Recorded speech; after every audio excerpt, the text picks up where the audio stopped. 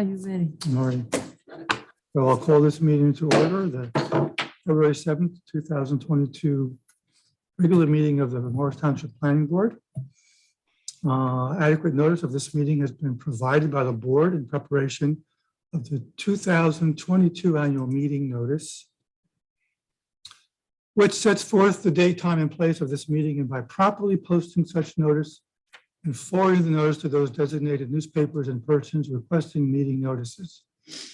Moreover, in order to comply with the national and state declarations of emergency related to the COVID-19 pandemic, and in accordance with the Municipal Land Use Law, the Open Public Meetings Act, and the Emergency Remote Meetings Protocol for local public bodies, this meeting is being held virtually on a web-based platform with remote public access. Would you please all join me for the Pledge of Allegiance? Pledge allegiance to the flag Allegiance to the flag of the United States of America and to the republic for which it stands, one nation, under God, indivisible, with liberty and justice for all. Okay, thank you. Sonia on the roll call? Mr. Quillen, Here. Mr. Alesso, Here. Ms. Van Order, Here, Mr. Georgie, Here. Ms. Murphy, Here. Mr. Bai, Here. Ms. Wilson, Here. Mr. Flowers, Here. Ms. McKay, Here. Mr. Benoit, Here. Mr. Slate, Here. Ms. Wolf, Yes, here, present. and sitting in for Paul Phillips tonight is Elizabeth Laney. Hello, here. Okay. Thank you. And I Sonia Santiago here. Okay, great. Thank you. The first item on the agenda is resolutions. Ms. Wolf? Sure, the resolution is PB-09-21, Order of St. Benedict of New Jersey, Estelle Barton. It was an application for a generator. It was a very quick meeting that night, if you'll recall, and the applicant and all of the board's professionals have gone through our draft resolution and they have approved it and all the conditions as well. So if anyone has any questions, I can answer them. Otherwise, if we could have a motion, that would be ideal. I'd like to make a motion. We move the resolution to approval. Mr. Alesso, motion second. I'll second that. Ms. Wilson? Did I get that right? Mr. Quillen, Yes. Mr. Alesso, Yes. Ms. Wilson, Yes. Ms. Van Order, yes, Mr. Bai, Yes. Mr. Flowers, yes, Mr. Benoit, Yes. so move. And our second resolution was PB-11-21, Assumption of the Blessed Virgin Mary, Holy Rood Cemetery. This was the case where we all learned a new vocabulary word of columbaria. And it was also a quick hearing. The applicant's counsel did go through the draft resolution as well as our own board professionals. So if anyone has any questions, I can answer them. Otherwise, we can have a motion to approve. Mr. Chairman, I'll make a motion that we approve the resolution for the Holy Rood Cemetery addition. Motion by Mr. Alesso. Any board members second? I'll second. Ms. Wilson? On the roll call? Mr. Quillen, Yes. Mr. Alesso, Yes. Ms. Wilson, Yes. Ms. Van Order, yes, Mr. Bai, Yes. Mr. Flowers, yes, Mr. Benoit, Yes. so move. Thank you. The next item on our agenda are public hearings. First one is Anna Management. Ms. Wolf, would you like to? Sure. And I believe we have counsel, Mr. Brady. I'm not sure if he's promoted already. Yes, he's there. Yes, good evening, Mr. Chairman and members of the board. This is David Brady of Brady and Coriel on behalf of the applicant. I had spoken to Mr. Slate this morning, and an issue has been identified, or a concern has been identified by the township regarding traffic and circulation. And because of that, our intention is to obtain and submit a report from a I'm a traffic engineer, so I spoke with Mr. Slate, and I understand that the board might be able to fit us in on March 21st. So I would ask that the matter be adjourned and carried to that date without any further notice. And Mr. Brady, you'll provide us with an extension of the time to act if we need it? Certainly. Perfect. So then for members of the public, this matter is being carried to March 21st via Zoom at 7 o'clock. Same place, same time. Okay, thank you. Thank you. You're welcome. Next application, Sonia, can you just? The next application is PB 12-21 Teachers Insurance Annuity Association for a site plan variance. This is block 8304, lot 29, 299 Madison Avenue in the OL5 zone. Applicant proposes to construct additional parking and other related improvements. Good evening, Mr. Chairman. Joseph O'Neill of Garofalo O'Neill Ruggiero here on behalf of the applicant. Yes. Mr. Chairman, before we get started, I would like to let you know that I'm going to recuse from this application. Okay, Ms. Wilson is recusing herself from this application. So we could sit Mr. Flowers. We'll sit Mr. Flowers and we'll Do we have to demote? move. No offense by demoting. Mhm. I don't like to use the word demote. I know. It's okay. Okay, and then for the record, I did review the notice and it was acceptable as to content and timeliness. The mail was served on January 25th. It was published on January 26th. And both of those are more than 10 days in advance of the hearing, so the board has jurisdiction over this case. Thank you. And Mr. O'Neill, who will be testifying on behalf of the applicant? We have Ms. Olison, who is a representative of Teachers Insurance and Annuity Association. I have Paul Winters, our engineer, and Sean Donnelly, our planner. Okay, thank you. So I'd like to begin by calling Ms. Olison, just get right to it if it's all right with you, Mr. Chairman. Before we begin, we do have some recommendations from the technical committee. Those are 9 items. We have recommendations from the planning board inspection subcommittee and the environmental commission. Do you have those there? Can you be sure that these items are addressed as part of the testimony? Yes, we do have those items and we should be able to address those items. I have the environmental commission report. I have the TCC summary meeting. I don't see the other items though in my folder. Planning board subcommittee. Basically looking for improvements to the buffer along the residence and the rear property. Oh, we can definitely address that. I think. Yeah, there's a house there with no buffering at all, so Yeah, we realize that. okay, thank you. We'll address that during testimony if you will. Great, and then the only other thing for the variance you're seeking, if the witnesses during their testimony could address the positive and negative criteria, I'm sure the planner will address it at the end, but it's easier for us to hear the positive, negative during the testimony, so we can simply reflect back from the time the planner is speaking, rather than listen to it as new. I know Mr. Winters is already planning to do that, so. That's great. Okay, thank you. So if I could just introduce Ms. Olison real quick. I don't see her in my screen, so.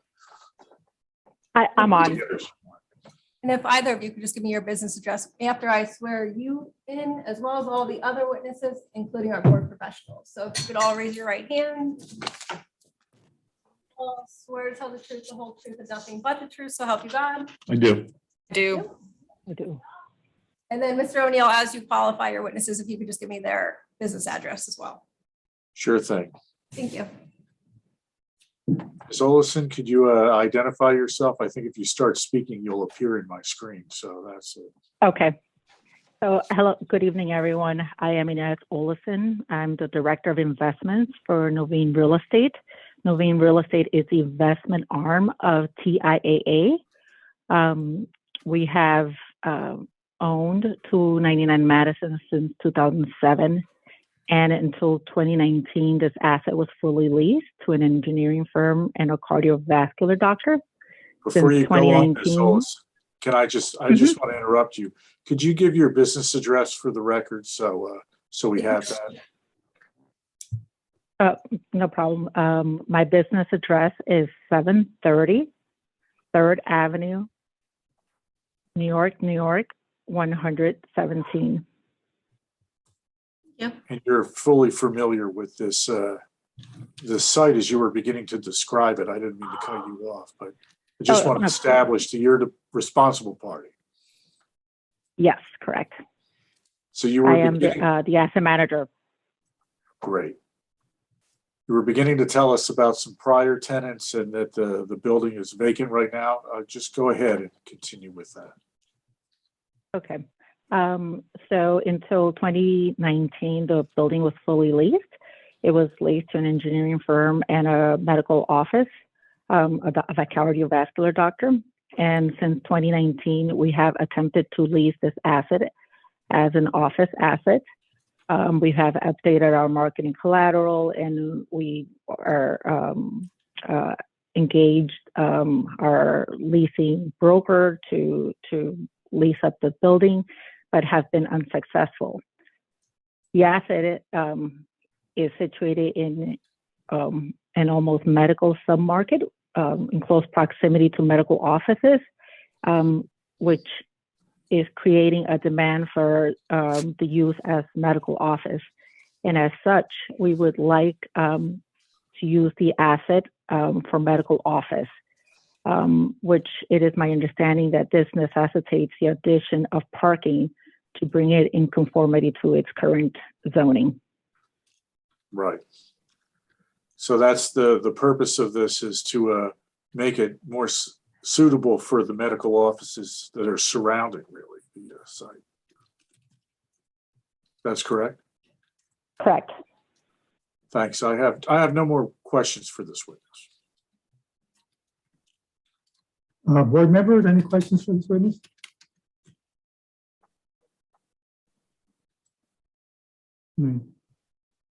Seeing none. Mr. Chairman, I have a question. Oh, okay. George? The prior tenants, you mentioned an engineering firm and a vascular, I'm not sure exactly the term you used, a vascular center, some sort of medical operation related to vascular treatments. Yes, he was a cardiovascular doctor. So he had equipment to treat all items related to the heart and the cardiovascular system. What proportion of the building would you say was taken up by each of those two operations? So the medical office was on the ground floor, and the engineering firm were the second and third floor. Okay, so it was 1/3, 2/3.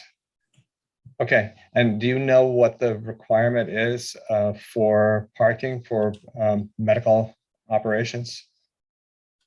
Mr. would that be a Quillen, if I later may, one? our engineer is going to discuss that in detail. If I could defer that question, please. Okay, Thank you. all right, that was all I had. Thank you. Thank you. Any other board members? Any members of the public wish to ask questions of this witness? Seeing none. Oh, we have Oksana Yatsi.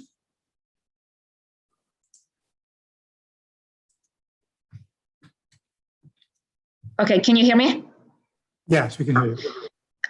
So I'm 5 Old Glen, and I would like to know what is the minimum requirement for parking spots? Because you have, as of now, I believe, so around 100 spots added on both sides. And one of them is going to be on Old Glen Road, correct? This topic will be discussed by the next witness. Okay. Okay, thank you. Anybody else? Seeing none. I'd like to proceed to your next witness. Thank you, Ms. Olson. I'm going to go on to Mr. Winters now. Mr. Winters? Good evening. So, Mr. Winters, could you give the board, please, the benefit of your qualifications? Yes, my name is Paul Winters, Winters. I'm a project manager with Bowman Consulting Group. I have a Bachelor of Science degree in Civil and Environmental Engineering from Rutgers. I'm a New Jersey professional engineer. I've been licensed since 2006, and my license is in good standing.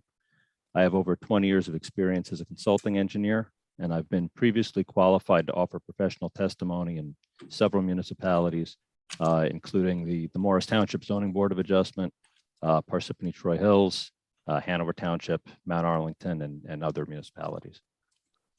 Thank you very much. I'd like to offer Mr. Winters as an expert for engineering purposes this evening. No objection. Thank you. So, Mr. Winters, can we let's go through the application for the board. You heard the directive of the chair, and you've also heard one question from the board and a member of the public. So let's see if we can work it all together. Sure thing. I'd like to start with a brief description of the existing site, and then we'll get into the proposed conditions just for the benefit of the board and the public. I do have one exhibit to start with, which is a color exhibit of the aerial imagery of the site to show what the existing condition looks like. If I have the availability to bring it up, I can bring it up. I believe it's already been submitted as well to the board.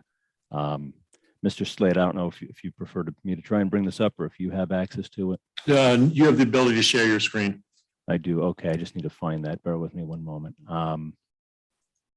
Do I need to request remote control to do that? Let me see. No, you can just go right to, new share, I think it is, or share screen.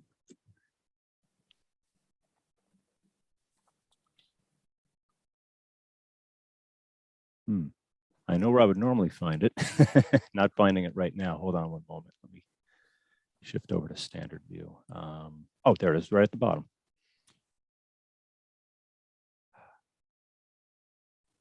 Okay, and with any luck, this should bring that up. There you go. Okay, that might have covered over whatever else was before the screen. So I presume everyone can see this now. I believe we've marked this as A1 for this evening. You certainly can do that. And can you just give me a description of the exhibit consisting of 2 pages? Yes, this first page is the one I'm going to be speaking about first, which is an existing conditions aerial overall view of the present condition. The site itself is in the middle, outlined in red. The second page, which we'll get to when we get the proposed conditions, that'll be the secondary exhibit, which I'll explain at that point. I don't want to put that up quite yet and get too ahead of myself. Yeah, but it's an overlay, right? We have to. Yes, that will be an overlay of the proposed improvements over top this aerial imagery. So thank you. Thank you. This was prepared by yourself? This was prepared by our office, yes. Okay, under your supervision. Yes. Thank you. Okay, so our application consists of lot 29, block 8304, which is outlined in red in this area. Just to confirm, you can see the mouse movements, I presume, right? Okay, good. Yes. And I'll use those as appropriate. Property is located at the southerly corner of Madison Avenue and Old Glen Road. Madison Avenue is also known as State Highway 124. Old Glen Road is a municipal roadway on the left side here. The property is adjacent to office and commercial uses, generally to the north, east, and south sides of the property, primarily along the Madison Avenue corridor on the top of the screen. It is also adjacent to a residential neighborhood of single-family homes, primarily on the west side and primarily along Old Glen Road, as identified here. Our property is within the OL5 Office and Research Lab District. The total area of the property is approximately 5.3 acres. The site is presently occupied by this 3-story office building in the top center of the site, which is of approximately 57,000 square feet of floor area. And the lot also contains paved parking lots to the sides and primarily to the rear, totaling 190 spaces, and also includes existing landscape and lighting improvements, as well as some planting of an existing buffer along the two sides of the property. There are presently two driveways providing access to the site from Madison Avenue. The westerly one has an island separating them, and the easterly one is on this side. There's no existing driveways to Old Glen Road. Excuse me. As noted, the building is presently vacant. I don't need to repeat the prior testimony regarding that. And as noted in its present condition, the property is deficient in the number of parking spaces required for the floor area of the existing building. And the primary objective of this application, as noted, is to provide that additional surface parking in an amount to be consistent with the standards for professional or medical office uses, which are both permitted uses in the zone. So with that overview of the existing conditions, we could speak about Exhibit A2, I believe is the number we're using, and that will be the proposed conditions. So I will proceed to that. All right. Uh-oh, did I just lose that? No, Can you see we're this still now? there. Okay. Something else popped up on the other Zoom screen. That's not a problem. Okay, good. So this is titled Overall Redevelopment Plan. This is the same aerial image we had in the previous exhibit. We've shown what the proposed improvements will look like on our site, which is also still outlined in red. So with this application, we're proposing to construct additional surface parking, which will increase the total parking count from 190 spaces to 286 spaces for a net increase of 96 spaces. There is no change proposed to the building or the proposed uses or floor area of the building with this application. These additional parking spaces are identifiable on here in the darker shade of gray, as opposed to the lighter shade. These areas are on the left and the right side of the existing parking lots behind the building. Excuse me. So as you can see, the additional parking spaces will be constructed along the perimeter of the existing drive aisles, which will minimize the impact of the existing site, as well as minimize the amount of additional impervious cover required to provide this parking. These improvements will not directly alter the current traffic circulation on the property, and there's no changes proposed to the existing driveways to Madison Avenue as part of this. The improvements will also include the construction of a new trash enclosure at the rear of the property in this location here. As noted, the intent is to bring this proposed increase in parking would bring the site into compliance for the amount of parking required for professional and office medical use, which is 1 space per 5,000 square feet of floor area, which equates to a minimum of 285 spaces for this particular building. And the additional parking and new layout accounts for the required number of ADA accessible parking stalls for this amount of parking. One How item many I also, total spaces are we proposing here? we are proposing 286, which is one more than the 285 minimum required to achieve compliance. Thank you. While we're on the topic of parking, which of course is our main topic, I also want to mention that these proposed improvements are going to comply with the applicable requirements regarding electric vehicle supply equipment. Specifically, we include the installation of equipment to provide electric vehicle charging capability for 12 parking spaces, which will meet both the township standards and it will actually exceed the state standards currently in effect. We're proposing to distribute these in 2 or 3 areas. We have a batch of 4 that will be in front of the main building here. I'm sorry, right over here.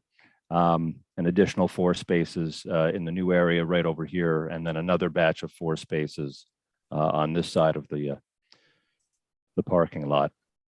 We'll be complying with the requirement to provide a certain number of accessible spaces by having these spaces over here account for that location of 188 accessible space in that area. So the proposed site improvements will also include landscape improvements, including the planting of trees to comply with the township's tree removal and replacement standards. And partly in accordance with the recommendations of the board's TCC review, the project proposes additional plantings along the Glen Road, the old Glen Road frontage of the property. And I will zoom this in slightly to make it a little bit easier to maybe see. What we have done here is to help identify these locations. You could see there's proposed trees with white outline and shrubs with white outline that are going to be supplementing the existing plantings along Old Glen Road. Today, there's a number of trees and shrubs in this area, and the intent will be to further enhance this and supplement the plantings that exist today to help continue to screen this property from the neighborhood to the left beyond Old Glen Road. In addition to the landscape improvements with this work, we are proposing to upgrade and provide lighting for the additional parking spaces. We'll be replacing existing fixtures to provide more uniform coverage in the center and adding fixtures along the perimeter to illuminate the new parking spaces. We'll be proposing LED lighting fixtures, which are dark sky compliant and will be consistent with the current fixture mounting heights. The proposed lighting meets the township requirements applicable. So briefly regarding utilities and stormwater for this site, since there's no change to the building, we're not proposing any changes to the utility services to the building at this time. We are proposing stormwater improvements on account of the addition of parking spaces. There'll be some additional inlets and stormwater piping. Additionally, we are proposing measures for stormwater management. Specifically, with the addition of these parking spaces, we'll be increasing impervious cover by approximately 0.38 acres. And as such, we are designed to comply with the standards applicable to projects that meet the definition of major development as defined per the New Jersey Stormwater Management Regulations. Specifically, to address this, we're proposing a bioretention basin along the left side or the westerly side of the parking lot, which will provide the capabilities to meet groundwater recharge and water quality standards in accordance with the regulations, as well as to address water quantity reduction standards. This basin is designed in accordance with all applicable standards, including the recently adopted green infrastructure standards under the DEP rules. So that is a general overview of the proposed improvements. As mentioned, there are a couple of variances that are proposed as part of these improvements. There is a minimum front yard setback for parking of 100 feet required. In its present condition, the site has an existing nonconformity with that. It has a 67-foot setback where 100 is required. To accommodate the additional parking spaces in the locations proposed, that would be reduced to 51.2 feet. So the variance is being sought for that. And the secondary item, which we've noticed as a variance for, is minimum parking space size. The municipality requires a minimum size of 10-foot width by 18-foot in length, whereas we are proposing 9 by 18 spaces. The existing site has a mixture of 9 by 18 and 10 by 18 in some places. So there is an existing nonconformity of that, but we are looking to provide additional spaces that are at that 9 by 18 dimension. I suppose, design rationalization, if I can call it that, for the variances is being balanced from a design perspective against the need to provide additional parking to address that nonconformity, because we do have the existing nonconformity that there isn't enough quantity of parking. We've sought to locate this parking in the most effective locations, which is along these existing drive aisles, which is what's leading to the reduction in the front yard setback, primarily right along this area. One thing we are doing to help compensate for that is providing the additional planting buffering and enhancing the existing plantings on this side to compensate for that. And again, for our design basis for going with the smaller parking space, it allows us to get more spaces and a little less impervious cover, which is a benefit because it does reduce the amount of stormwater runoff from impervious areas, but it allows us to generally get the parking spaces in a number that would be compliant with the zoning in the site with less overall disturbance. I will allow our planner to go into more detail on these variances in his testimony, but that's just a brief overview from the engineer's perspective. Now, Mr. Winters, I want to get from you on the additional plantings on Glen Road. Those shrubs are designed to prevent any light pollution from entering into the homes across from Glen Road. Isn't that right? They'll be of appropriate size and density. That is the intent of those locations. We went to the site specifically to see the condition of the existing plantings along there, which are actually pretty good. There's a number of trees and shrubs in this area. We found there were a couple of openings that we thought would be the better locations to go with supplementing and enhancing that buffer. I do want to note, in addition to the provision of this buffer, although it's not on our property, a number of the residences on this side do already have some amount of buffer to block them, I suppose, from Glen Road and from our site. But back to your question, our intent, of course, is to provide for adequate screening for these parking areas. So that way it serves that purpose.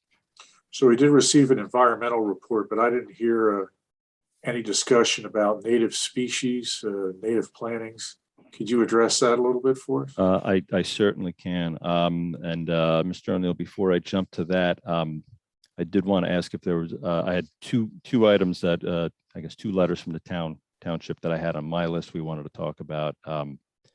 If there's a need to get into running through the TCC report, which we did respond to in writing in December, but if it's warranted, I could run through that list because that does identify some improvements we've made from the original design preceding what's on up tonight. Take it in whatever order you want, Mr. Winters. Okay. All right. So we did receive the TCC report dated 12/3, December 3rd, 2021. We did provide an itemized response to that. I just wanted to touch on some of the items that were addressed out of that for the board's benefit. Item one, which I already spoke about briefly, was the provision of the electric vehicle charging capability in accordance with the township and DEP standards. As I noted, we're providing those spaces. We made some, we verified our tree replacement calculations are in accordance with the township standards for measurements of existing trees. We've verified some additional information about utilities, including a storm line leaving the site, which I've discussed with the engineer. We provided that information for record, and we'll include it in our plans moving forward. The plantings and the buffers were discussed at the TCC, which has led to, I believe, an improvement in what we're providing along this property line along Old Glen Road. And it was also led us to provide additional plantings behind the proposed trash enclosure location at the rear of the site. And we addressed some other minor notes and comments. Those were the primary items of importance I just wanted to mention from the TCC letter. And then that said, we can move on to speak about the environmental report from February 4th that we've received. I'll proceed with that item. I'll just get a copy of that here. The recommendations of the environmental report, there were four of those noted. The first one asked about the stormwater management system and if it was addressing the water quality requirements as part of the design. And I can confirm, yes, it is. We are proposing to fully comply with the applicable requirements of DEP with our stormwater design, which will address water quality. We're using the above ground bioretention basin for that purpose. The second item, which I believe, Mr. O'Neill, you were getting to, had to do with whether native plantings were considered in the proposed landscape improvements. The short answer is yes, they were considered. We selected plant species primarily to serve the intended purpose of providing buffer and screening along the side, and have incorporated native plant species where possible to that end. In addition, we've reviewed, there's a New Jersey invasive species do not plant list, which we've reviewed to ensure that we're not proposing any species that are undesirable. So we believe we're addressing the native species requirements, and in doing so, providing a good improvement to the buffer along this property line. The third item of the Environmental Commission memo was asking about evergreen buffering to be added along Old Glen Road. We are including evergreen plantings in the buffering in that side. We have a mixture of plantings, which we have reviewed what's out there, the species out there today, and we're proposing plantings that we think will supplement that. And we have included evergreens in those. And the fourth item on the list was asking if we could give consideration to the installation of EV charging stations, which, as I testified, we are including those with the proposed improvements. I think that addresses all those recommendations, unless I missed something. And Mr. O'Neill, with that, that's nearing the end of my direct testimony, I believe. Although please let me know if there's anything else for record we want to discuss. No, I think that's, I have no further questions for this witness. And I appreciate the board's attention during that long discussion of the site. Thank you. Thank you. At this point, we will turn to board members. Any questions the board members might have? Mr. Lesso? Yes, Mr. Chairman, a quick question for our engineer. There's a road or an area in the back, Mr. Slate, that when we were doing the site walkthrough, we weren't specifically sure what it was there for. I'm wondering if it's an emergency exit. Right now, they're contemplating grassing over it. Really don't have an issue with it. Just wondering if it's there from an emergency perspective, if there's some kind of a situation where emergency vehicles can't get in off of Old Glen Road. Was this the proposed secondary way of getting in and out of there, or?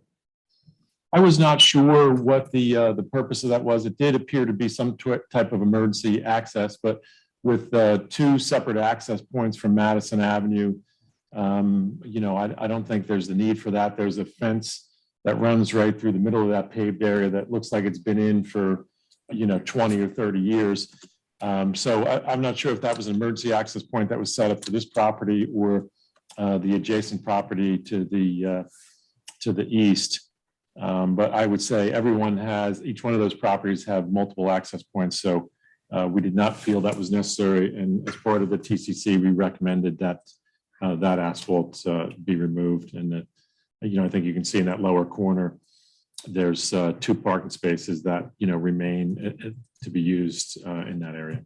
Okay, that's another question I had, Mr. Chairman, would be for the applicant. The testimony, it may have been for the first witness, but there was testimony that they're adding the 100 and parking spaces, 106 parking spaces, not whatever the actual number is.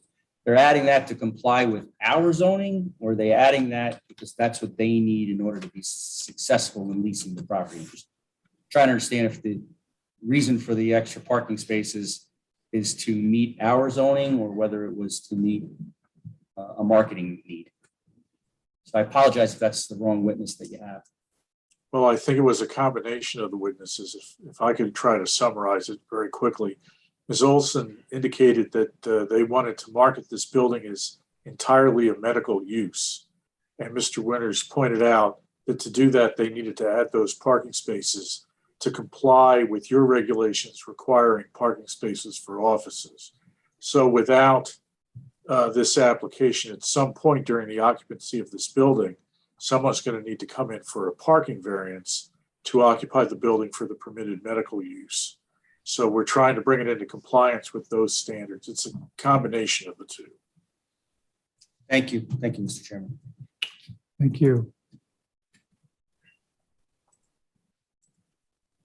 I see Mr. Quinlan has his hand raised. There we go. Mr. Quillen. Okay, thank you, Mr. Chairman. Yes, I have several questions. First of all, along the lines of what Mr. Alessa was asking, it seems to me the use of the building when it was fully occupied before was entirely office space. And it's going to be office and medical space, and it's going to be entirely medical space now. Are the parking standards different for medical space than for office space? Thank you for your question. The standards are the same whether it is office or medical. It's Okay. one per, excuse me, let me quote the number properly. Same standard.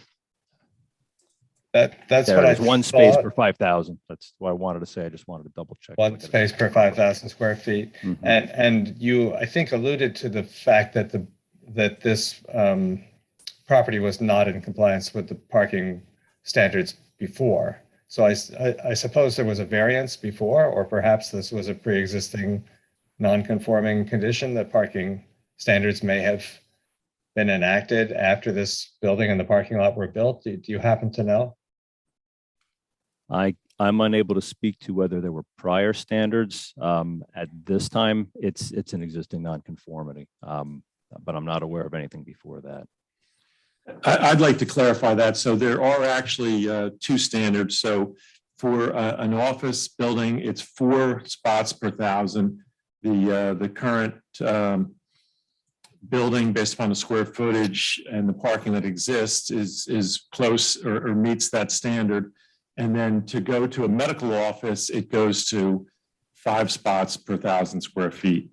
So this would give them the ability, if they were to lease it for full medical use, they could do that. So, you know, a doctor's office generally requires more parking. So there are two different standards there. The site meets the standard for a straight office, 4 per 1,000, and they're increasing that to 5 spots per 1,000. So that would be an increase of 25%, but let's see. It was already 1/3 medical. Just trying to figure out how this all hangs together. So the increase in parking spaces is on the order of a little bit less than 50%. Seems like a big increase. I'm just wondering the same thing that Mr. Alessa was wondering about, whether this is necessary from a business point of view, or whether perhaps our standards are excessive in terms of what's being required. It seems to me if the whole building is made up of medical offices where there are doctor's visits being made, like routine doctor's visits and people going into a waiting room, it's one thing, but it could be that a fair amount of the building is taken up with things like surgical centers or other types of procedural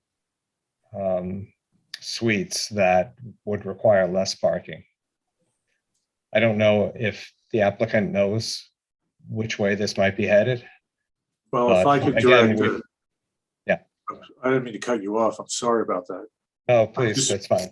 I just wanted to confirm something that Ms. Olison told me, that they're receiving inquiries for medical uses, and they're specifically asking about parking. And Ms. Olison, can you confirm that for us?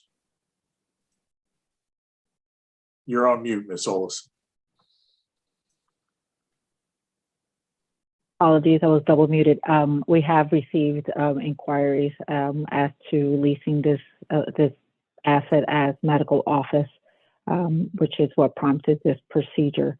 And at this point, we do not know, as you noted, it could be medical office where there would be a waiting room and a lot of people waiting, or it could be a surgical center. So it's too early to determine the specific medical use that would inhabit this asset. But compliance is something they're asking you about, right? Correct. Yeah. So Thank you. we're doing this to conform with your requirements. We're not making we're not asking for a parking variance, so we're not asking for a judgment on whether or not that's an appropriate standard or evidence of that. We're just trying to get into that compliance. And Mr. Quinlan, you should be aware that our parking standards are industry standard for those type of uses. Okay, thanks. Mr. Winters, can you say what the impervious coverage on this lot is currently and what it would be after these changes? Yes, bear with me one moment. I want to put those numbers together. I know that it's a net increase of 0.38 acres, and I apologize, I don't have that number handy right now, but I can obtain it very quickly here. Take your time, Mr. Winters. Thank you, sir.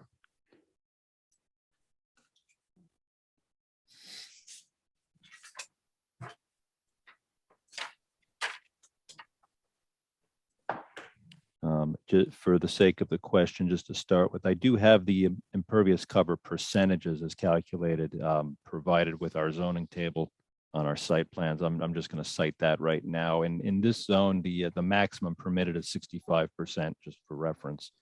In the existing condition, we are 51.8%. Now that I've said that, I'm looking at my numbers to make sure these make sense. So let me do that before I speak.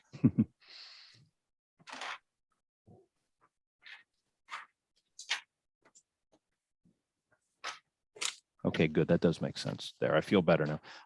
The existing condition is 51.8% impervious cover. The addition of 0.38 acres of impervious would increase that to 58.7% impervious. So we're still staying below the requirement of the zone. And as I did note, this is the most efficient way to add these spaces with the least amount of impervious cover, since we're really simply just building them adjacent to the existing drive aisles on the perimeter here. And did I read correctly in the application materials that there is no stormwater runoff control for the property now? The water is just running off this parking lot, whichever way is downhill? In the existing condition, there are inlets and stormwater pipe on the site which collect the stormwater, and at the last inlet on the site before it leaves the site that we identified as in the bottom left corner of the site. If you could still see the exhibit, I'm moving the hand around right where that is. And there's a pipe that goes directly out to Old Glen Road. There was no indication or no observation of any stormwater control detention systems or anything like that. It's just collected and directly discharged. It goes into the storm sewer there? It comes out and connects into a conveyance system in Old Glen Road. Okay, so despite the fact that there will be more impervious coverage if we approve this, there's going to be an improvement in the stormwater management through the use of this retention basin. That is correct. What can you estimate? And I don't know, is there going to be later testimony about stormwater runoff from someone else, or are you the appropriate person to ask these questions of? I'd be the right person to speak to stormwater management. So this proposed bioretention basin, what proportion of the total runoff from the parking lot do you think it would capture? Proportion of the runoff from the existing pavement. I need to have my existing total pavement number. So let me just see if I can come up with that briefly, because that'll probably be faster than me pulling it out of my report, in all honesty.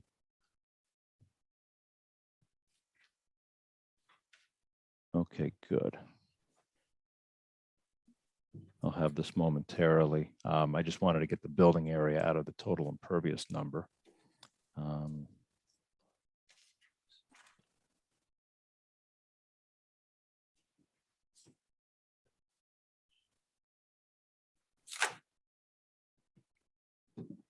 Okay.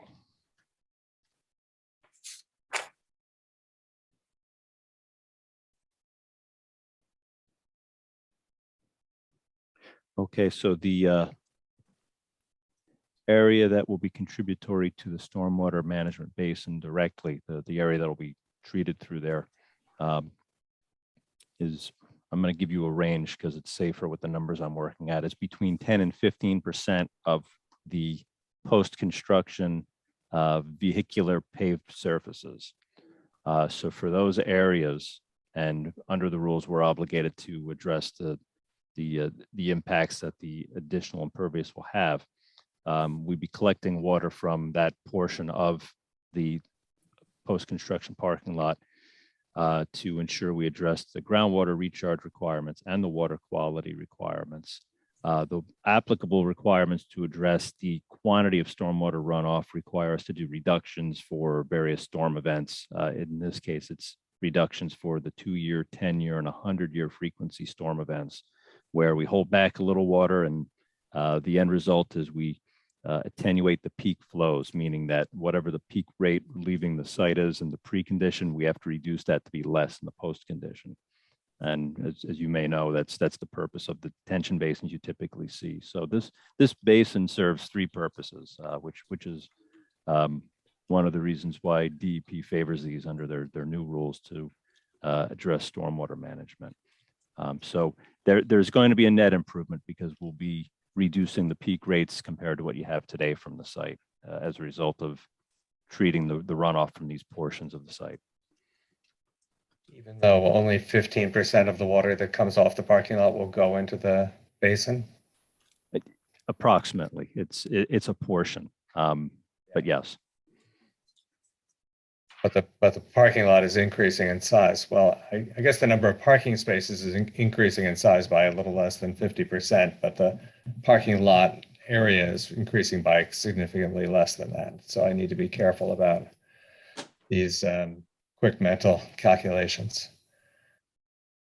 Okay, I have one more question, which is about the possibility of a traffic study. So you were on, I'm sure, earlier tonight when another applicant deferred their application to ready a traffic study for what is a much smaller site.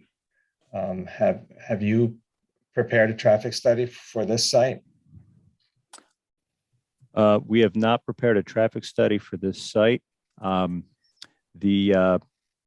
There's no change in the driveways and there's no change in the size of the building. Really, all that we're changing is we're providing parking that's been identified to be adequate for the size building we have here today. And apart from that, I don't have much else to offer other than, no, we haven't prepared a traffic study for this.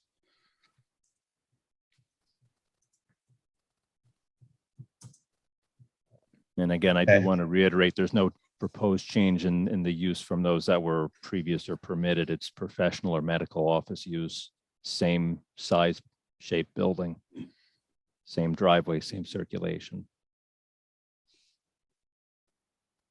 Okay, those are all the questions that I have at the moment. So thank you very much. Thank you. Thank you, Mr. Quillen. Mr. Giorfi.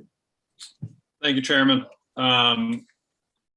First, I want to just thank the applicants for focusing on the environmental initiatives, including the native species and the electric vehicle charging. That's definitely appreciated by the township in that regard. I did have one question in regards to the change of the location of the trash enclosure. I noticed the existing one is further up closer to the building, and the proposed area for the new plans are adjacent to the house on Old Glen next door at block 8304. My question is, if the trash enclosure were to stay where it currently is, how many parking spaces would that actually take out of your new proposal? And is it absolutely necessary that the trash enclosure go so far away from the building? Yes, thank you. Good question. The existing trash enclosure is located, I believe it's in this general area up here, not far from where we're proposing the EV spaces. It's actually where some of these spaces are today because it's along the edge of the parking lot. With the size of the enclosure we see necessary for this building, it would impact us by losing 3 spaces if we couldn't find a place to make them up elsewhere on the site.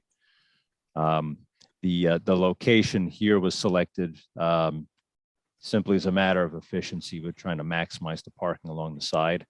And then seeing that this was the next available location to provide for adequate circulation to get trash vehicles in.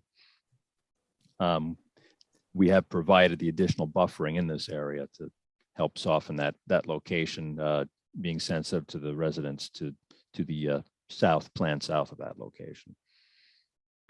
I appreciate the explanation. My concern is more of noise as opposed to sight. Having lived in places near dumpsters, it's not really pleasant. So I'm not sure what the timing of the trash pickup would be, but generally I know it's before dawn. So if you were to be amenable or the board were to feel strongly about this, I would encourage it to go back to in the vicinity of where it is already next to the Crum and Foster side. But that's all my questions. Thank you. Mr. Chairman, Mr. Leto? would it be possible for the applicant to stipulate that it wouldn't pick up trash before a certain hour so that Mr. Geoffrey's concern could be alleviated by allowing the location to remain, but the applicant would stipulate to not picking up trash maybe before 8 a.m. so that it wouldn't be an unreasonable time period? Ms. Olson, is that acceptable to you?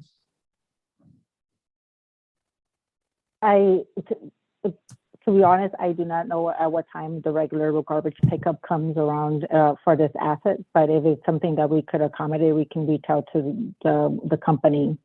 But I'm familiar with the scheduled times as it regularly goes and picks it up currently. But we'll stipulate to that condition should the board see fit to approve this application. The condition being that the applicant will reach out to the service provider and work with time. Yes. Thank you.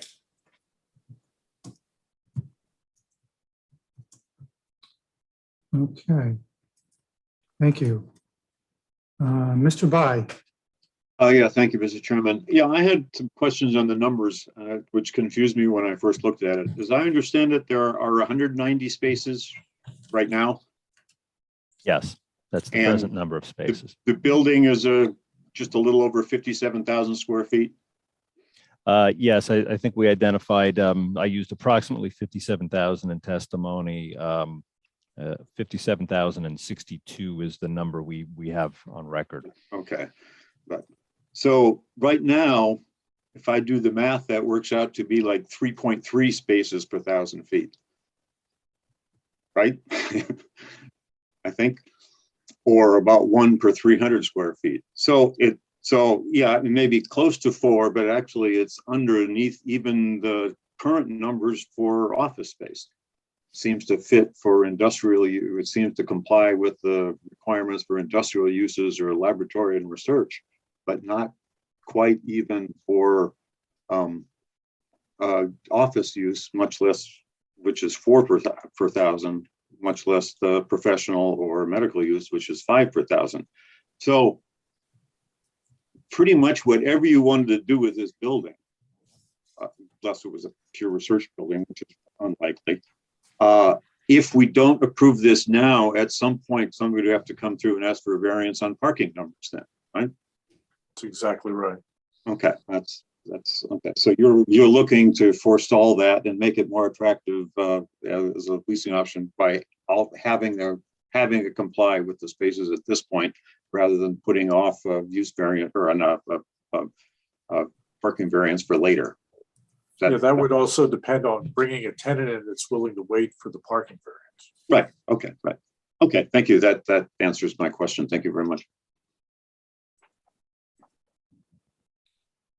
Any other board members? I have a question about the lighting. There is some current lighting now, and I believe the application shows 0-foot candles at the property line. Could you just go over that so we can all understand what the proposed lighting is? Yes, I'd be happy to. Just grab my plan so I could speak to that. If need be, I could pull up the sheet. But before I get there, I'll just note that sheet 6 of 9 of our site plans is the lighting plan, which has been submitted and is part of record. I actually took the opportunity to go to the site in the evening hours to see what our lighting was and see what might be required. And I can tell you that I saw that, yes, we needed to address lighting, that we didn't have enough existing lighting to cover the perimeters at the rear of the site where the new parking was going. So with that, we took the opportunity to say, let's provide updated lighting because it would be reasonable to ask us to ensure we're providing adequate lighting out there. But of course, with that, we also provide a design that will ensure that we're maintaining minimum foot candles along the residential sides in particular, where we're not going to exceed, I think 0.1 is the highest foot candle we have at the rear property line. We have 0 foot candles to 0.1 foot candles along the Old Glen Road side. And these are all numbers that are identifiable on that plan for record.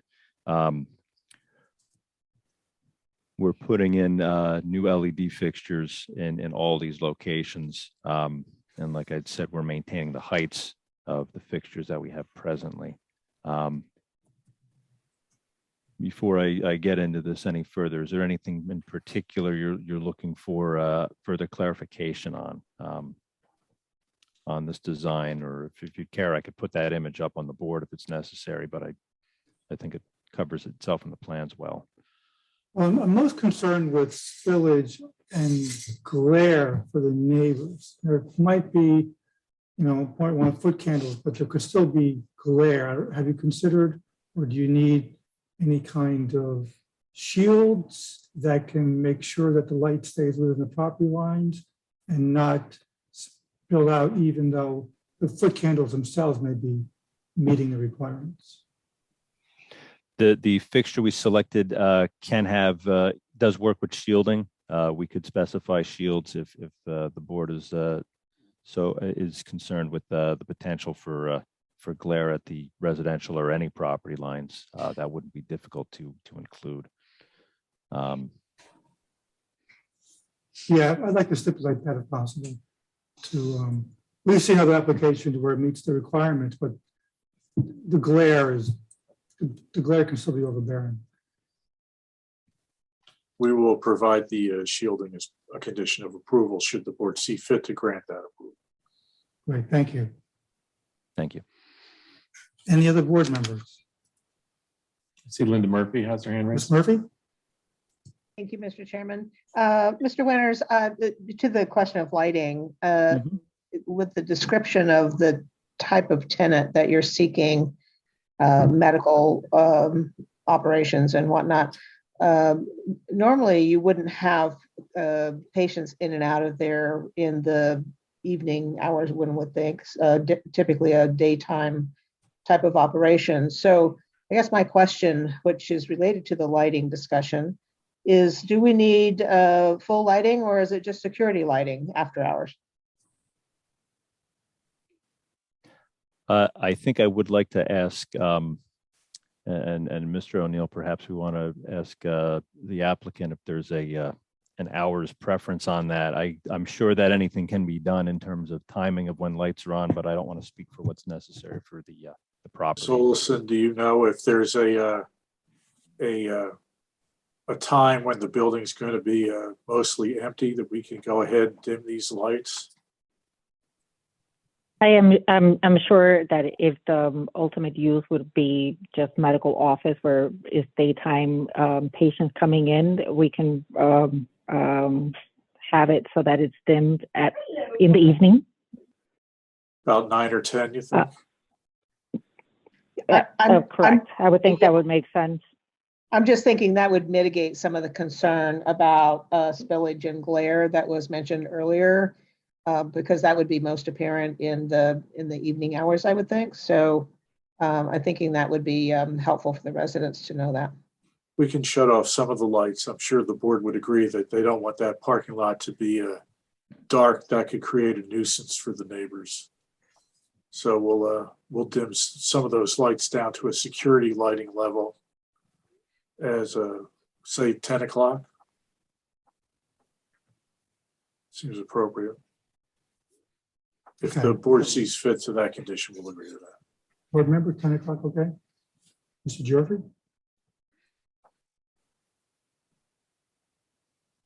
Oh, I'm sorry, I thought. Yeah, we'd stipulate 10 o'clock security lighting. Mr. Chairman, Mhm. would that be Monday through Saturday, Monday through Friday? And I don't see there's any need for those lights to be on a Sunday after 6 o'clock. Is that something that would you agree that there's no need to have lighting on a Saturday night or a Sunday night? I'm not aware, is there a prohibition of offices being open on those hours or? No. Okay. I'll have to defer that to Ms. Olson. I don't know if she would like different hours for Saturday and Sunday, earlier on Sundays. Well, I would say that if there are procedures being done, there might be a need to have those lighting on, but that's at this point is to be determined since I don't know the specific medical use that would be interested in the asset. Can we condition it that if the building's offices are closed, we'll dim the lights? I think that would make sense. If the offices are closed, then the lights should be dimmed. That's Would fair. the board, yeah, thank you. That's fair. Yeah, thank you. Would the board like it to be 30 minutes or an hour after close? Is there a preference? Just to give people time to leave as well. An hour? Say 30 minutes. I would say 1 hour after closure to allow people the opportunity to get themselves, out of the building. But if they're closing at 5 o'clock, and aren't going to have people back in after 6, there's no reason to keep all those lights on, I wouldn't think. I can add that I commonly see 1 hour used, that's an obligation for us to follow that, but I've seen 1 hour stipulated in other applications. And one other thing I do also want to note to help address the concern about glare is the foot candles that are in these models typically don't account for any positive effect that the buffering and plantings and the trees around the site have. And while I could understand not wanting to be reliant upon that, in some ways it would be less because of those. So just to help mitigate that concern a little bit too. That's understood. Thank you. Thank you. Any other board members? If not, we'll go to board professionals. Mr. Slade? Yes, Mr. Winters, we discussed that manhole that's buried on Old Glen Road, where the storm sewer connection is. Is the applicant willing to stipulate to expose that manhole and bring that up to grade? So it's, can be accessed if necessary. I have not had the opportunity to speak with the applicant specifically about that. And unless there's a particular objection, I don't see that as being an unfair request, since we are going to be doing stormwater work out there and do want to connect into that system. Ms. Olson, if you're not opposed to that. And just to clarify, there's an existing manhole that was found to be paved over in Old Glen Road. It may have been paved over before some of us were born. For all I know, it could go back. This building's been there a while, and Mr. Slade is asking if that could be found again, since that's where our system connects into.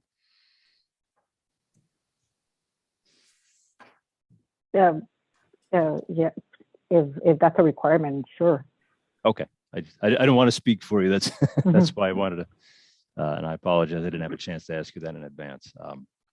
Yeah, those. And the last thing that I noted that there's arborvitaes that are being proposed, and I believe they're being counted as a replacement tree. I'd just like to make it clear that that would be considered more of an evergreen shrub and not a replacement tree. So just need to make sure that we meet the requirements for 13 replacement trees, and arborvitae can't count towards that. Thank you. I will double check to ensure that we're counting the trees and the replacements appropriately, and if we need to adjust a number accordingly, we will. I had no other questions. Thank you. So we'll stipulate that they'll uncover that manhole. Got it. And Mr. Slade, one of the TCC recommendations was that you review the stormwater management plan, and that was discussed a little bit. So, Correct. My office reviewed that. If there's any issues, I would just say that I'm sure the applicant would be willing to stipulate if there's any, modifications or corrections, if we see that in the report. Yes, obviously, yes. okay, thank you. One other thing I would like to clarify too is the traffic. There was a suggestion by Mr. Quinlan that maybe a traffic report is necessary on this. I mean, typically if this was a new site, we would, get a full-blown traffic study. I would consider the increase in parking to create a de minimis increase in, traffic onto Madison Avenue. I think it's just bringing the site into conformance. And it's my professional opinion that a, traffic report is not necessary for this. Ms. Lehaney, any comments, questions? Yes, thank you, Mr. Chairman. I have two questions. I sort of piggybacking on some questions from the board members. The first has to do with the trash collection. And I'm curious if the applicant knows, especially with the that there had been medical office space in this location, if medical waste is handled differently, and will it be handled differently on this site, or will it have to be handled differently? And if there's any knowledge now, I mean, understanding that you don't really know the end users, but in terms of frequency of pickup, or anything along those lines. Mr. Winters, do you know the answer to that question?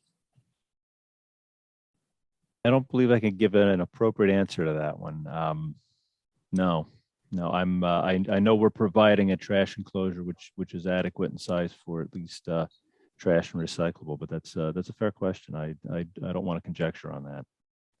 Ms. Olson, do you know the answer to that question? I do not know the answer to that question. I would just add that if there is medical waste, we would make it a requirement of tenant to comply with all laws and regulations of said waste. Well, there's a doctor in my office, but I can't testify to what they do in my building because I'm the attorney. Okay. But I think, Mr. Winter, you'll certainly agree that if medical waste is handled separately and picked up by separate companies, that accommodations can be made by the medical offices themselves, that they store and handle the medical waste appropriately, and that it not be contained in the dumpster in the back, which will never be. I think we all know that's not. That would certainly make sense to me, Mr. O'Neill, and I know this is not the first medical facility, so I'm sure these procedures, which I might not be familiar with, are I'm sure well tested, and we know there's plenty of medical uses in immediate vicinity in the area near Morristown Hospital. Okay, so I don't know if maybe Jim, if you would want to have some sort of approval over that as sort of a condition. I don't know about where the medical waste might go, or that it be adequately shielded. I don't know. But my second question actually has to do with the parking spaces that are facing Old Glen Road, which is, they're currently, the parking spaces don't face the roadway. And I was wondering if you could discuss a little bit more specifics about the landscaping, particularly like shrubs, or what other measures might be taken into account to shield headlight glare. Not so much of parking, people circulating through the parking area, but people coming into park. Yes, and that I think is what was at the core of the TCC request, that we provide additional screening on this side. The shrub plantings we're looking to supplement the existing landscaping with on this side. We have a minimum planting height specified for all those of 3 to 4 feet, which of course is the minimum planting height. And we're filling in some cases, we're filling in some gaps in the existing area where we already have plantings of similar heights and higher, as well as trees in this area. We thought it made most sense to place those along this existing established area to kind of just help enhance that. and fill in those gaps. So that was the intent of that. Mr. Winters, I think it would be Yes, sir. helpful to show the landscape plan because there's a Sure thing. pretty significant amount of landscaping that's going in along Oak Glen Road. I think it'd be helpful for both the neighbors and the board members. Yes, let me pull up that plan, and this, one moment, please. I have the folder handy. What I'm going to present, this is a sheet out of the site plan set, which is the submitted plan set, revised through December 7th, 2021. And I'm going to go ahead and skip up to sheet 6. This is the landscape and lighting plan. And if I zoom in a little bit, you could see in here, and there's two shades of plantings on this plan, existing trees, which are not necessarily as easy to see because they're in the lighter gray, as well as these proposed. And thank you, Mr. Slate, because this does present a little bit better than the prior image, which just shows the shaded darker areas of green.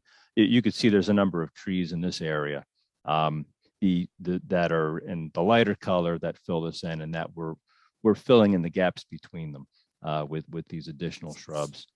There are some smaller shrubs which were not picked up in the survey, since the survey primarily was picking up trees. But these are balancing out. You can see there's a denser area of trees right in here, for example.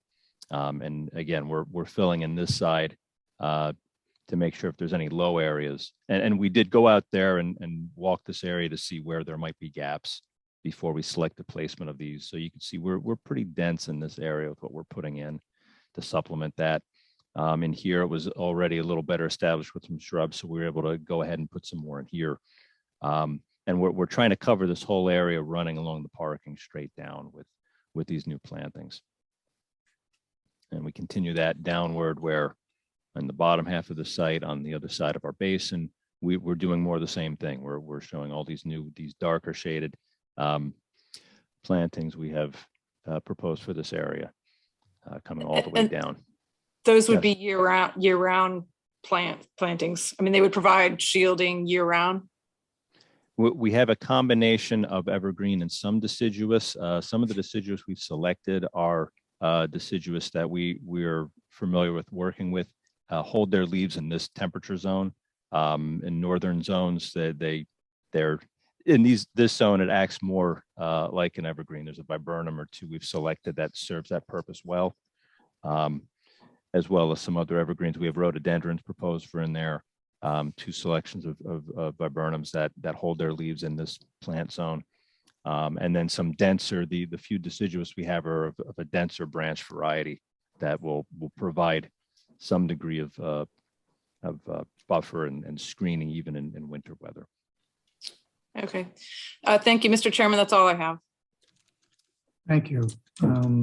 Ms. Wolf, any questions? Yes, related to our last discussion, would the applicant stipulate to an inspection of the landscaping just to make sure that it's sufficient?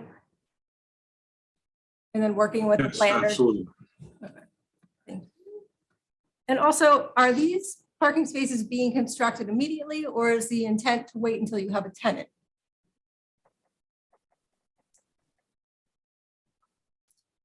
Ms. Olson, do you know?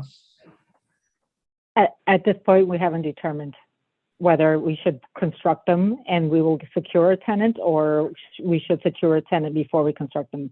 So it's still being analyzed. Okay, because my only thought was, I know the board was discussing how there might be more waiting room space or office space versus medical space per se. So I'm not sure if it would make sense to wait. I know the parking standard is the same, but if less parking spaces could be done, that might be ideal. Or if we could bank parking spaces at some point.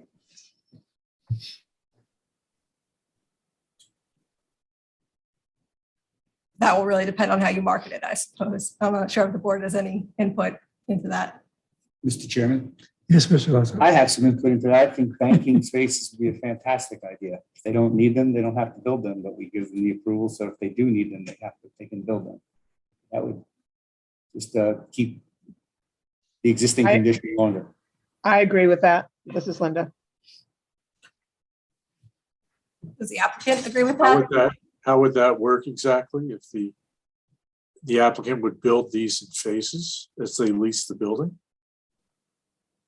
Yeah, we could build in phases. Right, I think it would really depend on how the applicant wants to handle it. I'll defer to Mr. Slate as to how we could do that.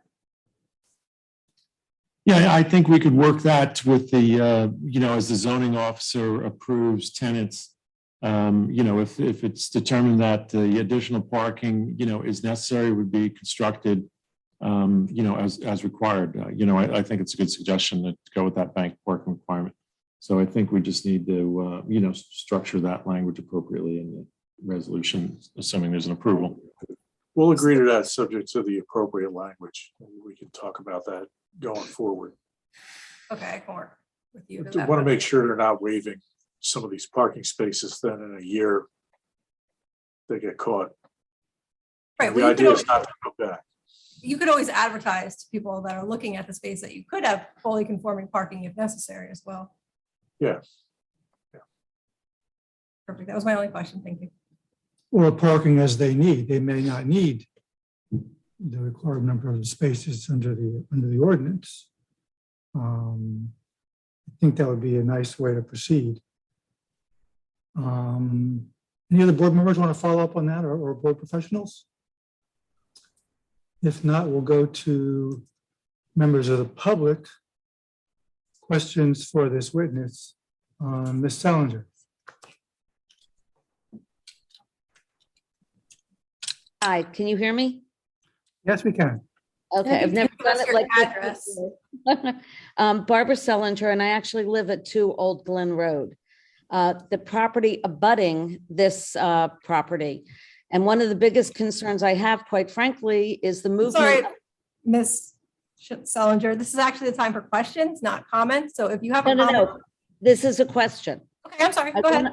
I want to understand, I'm saying my biggest concern is that with respect to the relocation of the trash enclosure, has it been considered the possible serious and negative impact of this relocation abutting residents where you have all the trash compact all the way abutting the residents, where you have possible smell, animal attraction, bugs, and noise, because it's totally away from the building and it's noise all day long, number one, and number two, all the other things that I just mentioned. Would they reconsider putting it closer to the building and not directly abutting a residential property?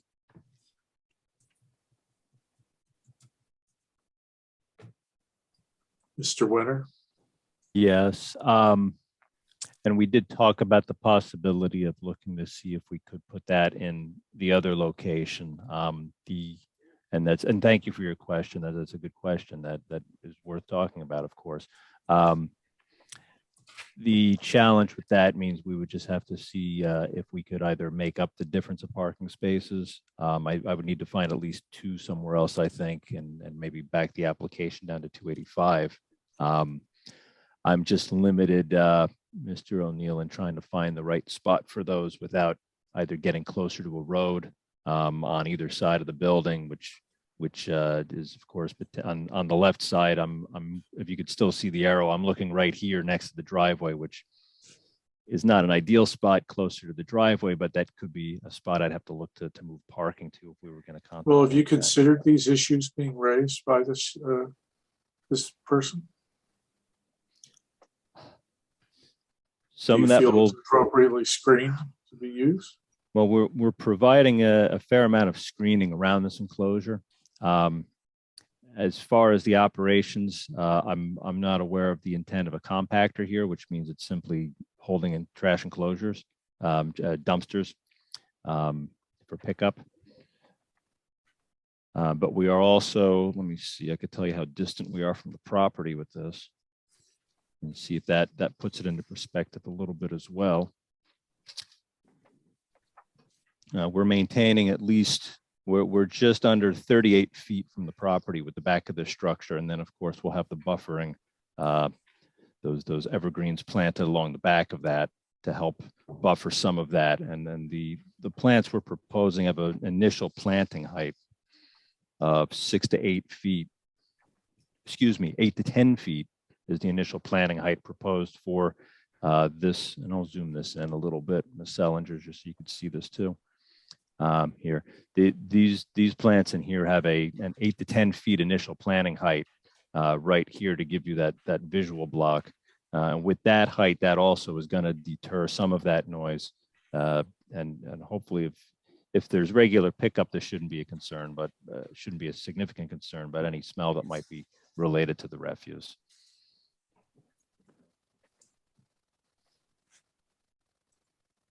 Thank you, Mr. Winters.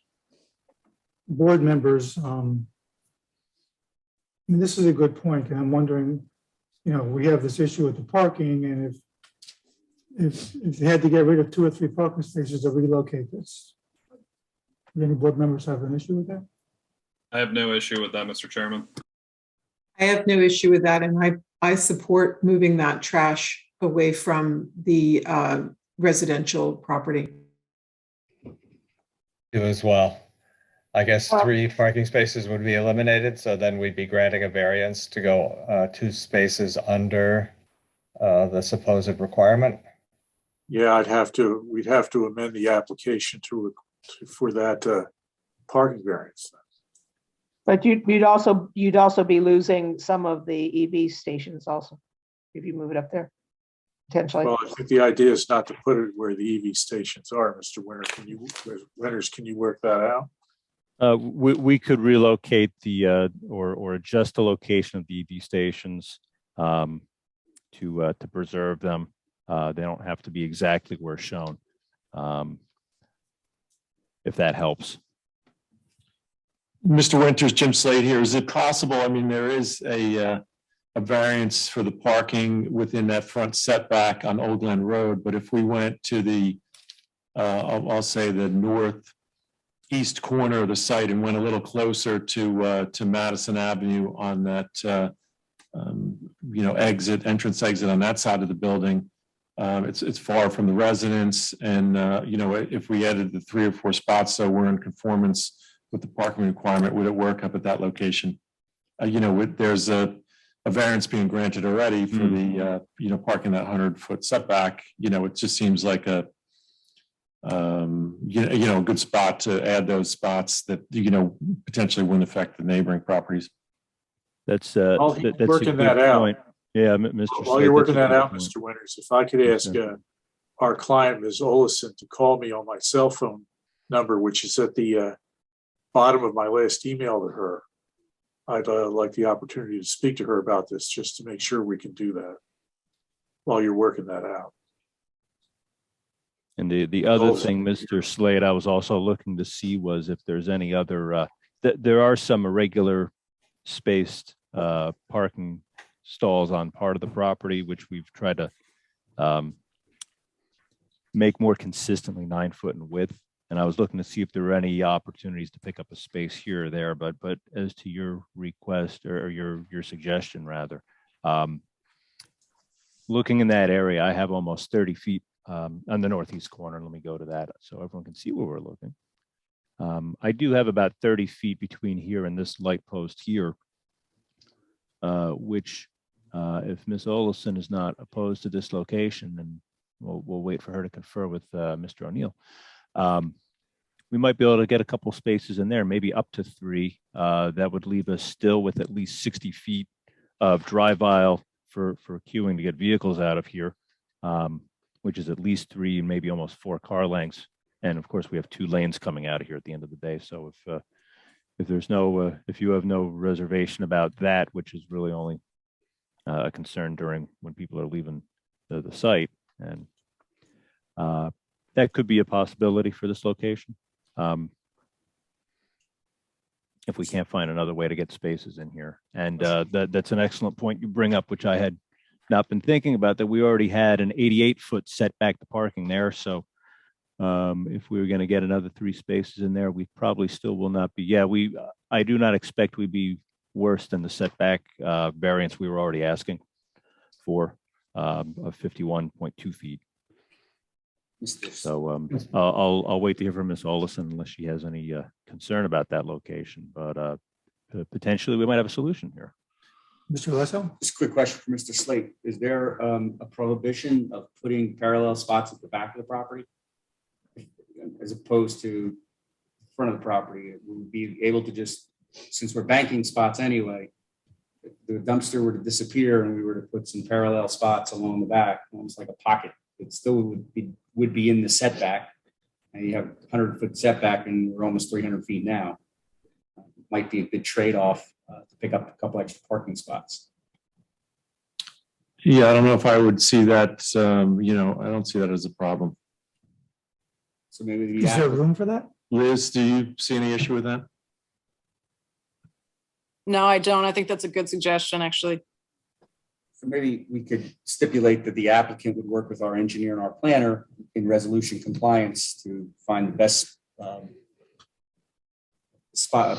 possible spot locations to trade off so that the trash enclosure can go closer to the building, similar location.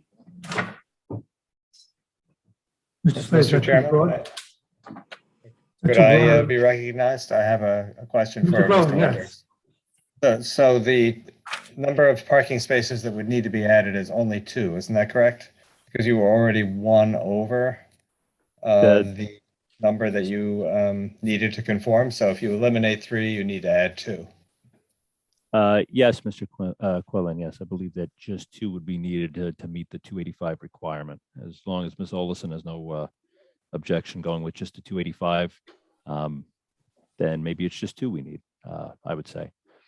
So that's what I would recommend you try to do. I mean, I still have the feeling that this is more parking spaces than are really going to be needed, but none of us can prove or disprove that. It's just a feeling that I have related to what the uses of this building are going to turn out to be. I would add that the general trend is that tenants like to have more parking, than less.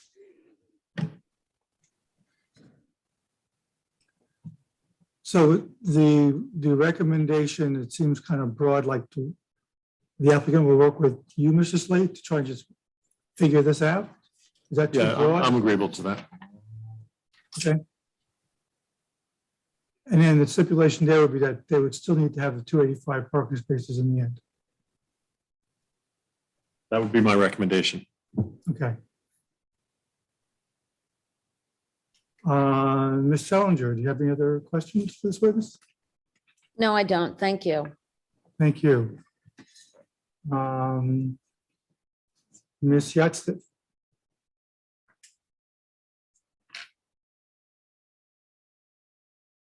Hi, I have a question about. Maybe have your name and address, please. Yes, Oksana Yatsi, 5 Old Glen. Thank you. And I have a question regarding that water retention. Can you elaborate a little bit? How is that going to look like? And so is it going to be covered from the top? Is it going to be kind of like a little valley there? Is there going to be standing water at any point of time, let's say after the storm? All very good questions. Thank you for asking them. Let me give you a little description of what we are proposing to construct here to address stormwater runoff. This is an open air basin, so it is like a depression here. And in fact, I have no. I'll stick with this image. This is good enough. I don't want to get too technical. I'll stick with the basics here. This area here, this lower rectangle in the darker green, represents the footprint of the bottom of the basin, and then between there and this other dashed line, there's sides that slope upwards. So it's I don't want to say ditch because that's the wrong kind of connotation, but we slope down to the bottom of this basin. Think of it more like a bathtub, and this bathtub has a porous layer of material that is designed and will be constructed to help infiltrate a portion of this water into the ground. That will help with addressing the water quality requirements. And there's certain requirements we have to recharge a certain amount of water back into the ground, recharge or infiltrate that water back into the ground. So this will be the top of the basin on the right side will actually be at parking lot level. A portion of this parking lot is going to, the water will flow right across a flush curb and directly into this basin here.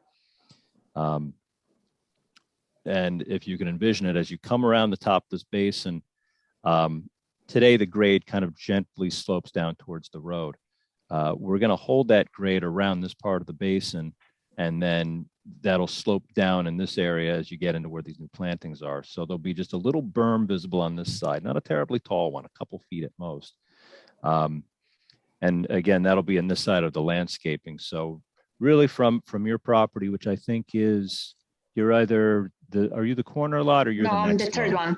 I'm the third one, Oh, down here. right at the, yeah. Okay.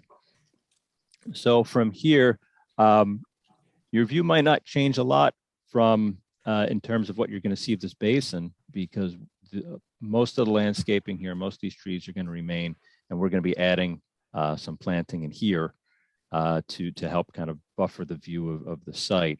And really, this is going to stay an open area. You won't see anything of this other than a little bit of this berm, which over time is going to be grown with plantings. My concern is, and possibly I'm wrong, you can correct me if I'm wrong, but let's say we have a storm and then the water is still going to remain in there for some reason, for one or the other one. And then during the summer, that's going to be mosquitoes. That's basically right in front of our houses, right? That's in close proximity to your house. Yeah, it's I think the right of way is 50 feet, maybe you're 80 feet away. And that would be my concern about any kind of standing water. But the good news is these kind of basins are not designed to have standing water. In fact, there's a design requirement which we meet. In fact, we are well above meeting the requirement. There's a minimum time that you're allowed to hold water in a basin before it can drain itself empty. I believe the standard is within 72 hours. And in this case, it's designed to drain within 2 hours. But where is it going to drain? That's going to be still the ground, right? There's nowhere to go, let's say, because there's no pipe where it's going to take that water. Correct? Oh, I'm sorry.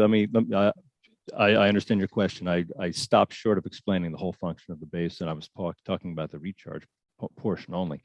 A small portion of the bottom of the basin will hold water to recharge it, less than a foot. And above that, it's probably even, I could look at the number, but it's definitely less than a foot. And above that, there's going to be an outlet control structure, which will let the larger storm events pass through it and connect into a stormwater pipe that is presently on the site, and that'll discharge into the system in Old Glen Road. So you're not going to have a basin full of water generally, because the storm comes, it fills up the basin. Most of that water is going to go through the outlet structure. A tiny bit at the bottom goes into the ground, and then the storm's done. That's it. So there's going to be only that one pipe that you're saying that is going to go right into kind of like on a Old Glen Road, right? So what if that pipe clogs, right? So then it still stands. And again, I might be wrong, but. Well, that's the pipe that's been serving the site historically. And there's no indication that pipe would be clogging. But if things are operating as intended, if that pipe clogs and it holds water, then it'll be clearly visible to the people who maintain the property. So they'll need to address that at that point. These kind of facilities require the preparation and submission of a maintenance manual. So we'll be addressing that to ensure that we comply with that standard. And there's reporting requirements that go with that. So that kind of concern will be addressed through maintenance. And then I have one more question. When I was looking at your plan, you had specified that there's going to be a fence along that parking lot, or maybe I was looking at the wrong thing, but it says like rail. How did it say? Hold on a second. Let me look through that.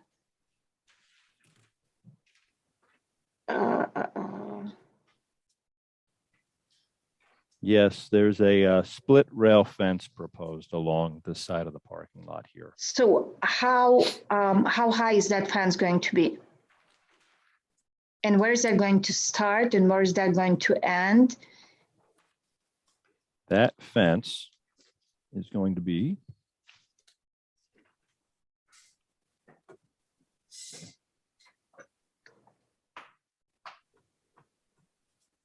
We have a detail on our plans for this, which calls out a 4-foot 4-inch height of the posts. It's posts and then it has the rails that run between them. I'm sure you've seen that kind of fence before. And we were Is proposing that like to aluminum install that- fence? Is Oh, that a no, fence? that's wood. It's wood post and rails. Wood fence? I could actually show you a picture of it. It's in our sheet 8 of 9 of our site plans. Just because a picture's worth 1,000 words. Oops, that was not the button I wanted to hit. That was the button I wanted to hit. I don't know if you could see this. This is the split rail fence detail. So it's pretty much posts and then rails between them. So this is a wood fence. And this is serving a purpose to demark the limit of the parking lot here, which is because in this area we have a flush curb to help stormwater run off the parking lot into this basin. And instead of putting something like curb stops or bollards, which are more of a maintenance issue for maintaining the area, we felt a split rail fence like this would be a more appropriate means to ensure that cars stay in the parking lot where they belong, since we have a flush curb here.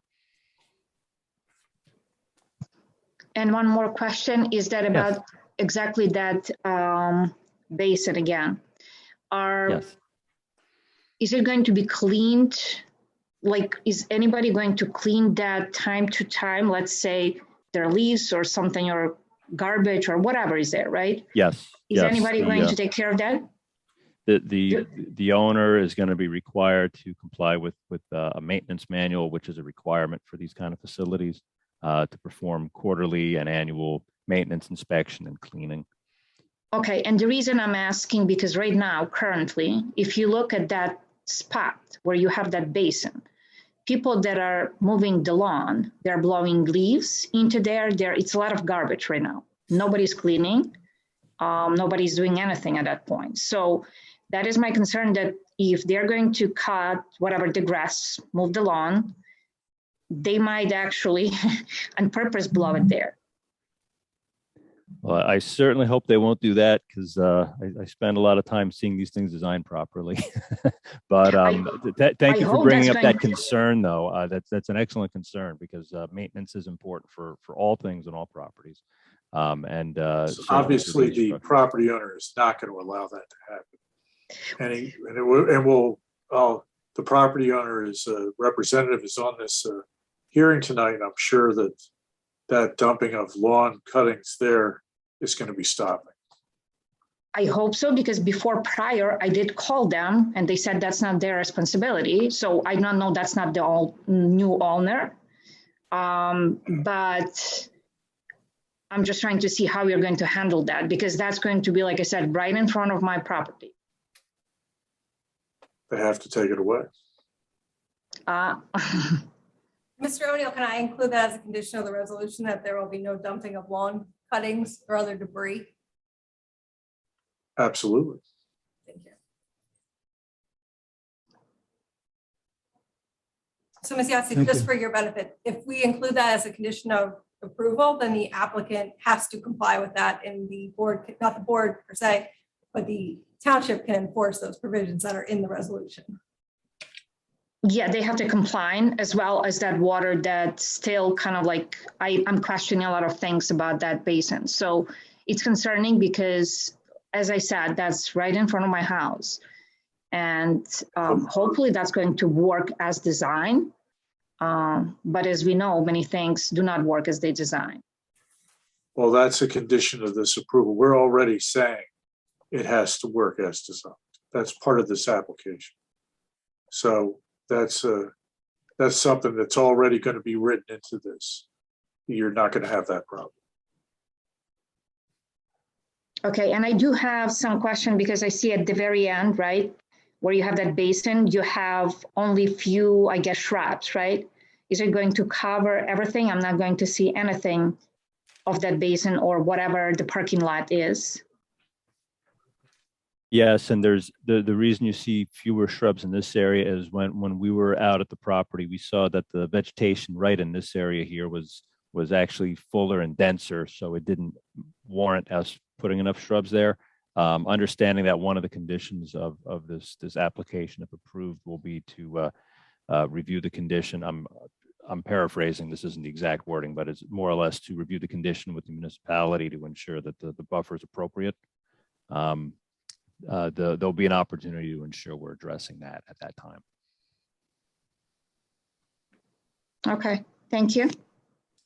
Thank you, Ms. Yatsif. Amy Merrill? You say your name and address, please?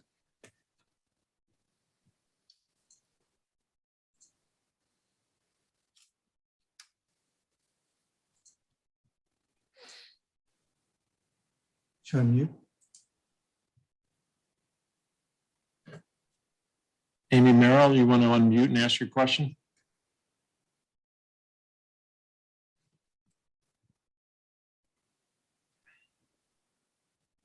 I guess let's go to Lee Goldberg. Mr. Goldberg, we'll come back to Ms. Merrill. Hi, good evening. Lee Goldberg, 10 Arrowhead Road. Yes, Mr. Goldberg, your question? So on the redevelopment plan that I'm looking at now, I see, I guess, 8 ADA spots set aside. I guess that conforms with the appropriate number of set-asides for ADA spaces for this many spots. Is that correct? That is correct. 7 spaces are required for this number of overall parking spaces, but we were able to provide 8. And is the intention to provide any of those 8 with access to the EV charging stations? Yes, yes. The parking space, if you could see where I'm indicating here on the Sure. Actually closest to Madison Avenue. We have that one situated where it can use the EV charger directly next to it. Great, thanks for confirming. And then on the bank of parking spots with the ADA spots right behind the building, that first row of spots, yes, there, that green square right there, what is that? What is that? That there's an existing tree in that island, which we're going to keep. We didn't want to disturb the trees in these. In fact, there's all these islands in the back of the lot have trees in them. This one here as well. So we're going to leave that tree alone. So that's what that green space is. Okay, because I was thinking if you wanted to pick up 2 spots and that wasn't a green square, that would be 2 spots right there, correct? It would be, and Mr. Goldberg, you read my mind during design. I said, oh, we could pick up parking here until I saw the tree. And I said, nah, I think we're going to leave that there. Okay, all right, thank you. My next question is on the retention basin as well.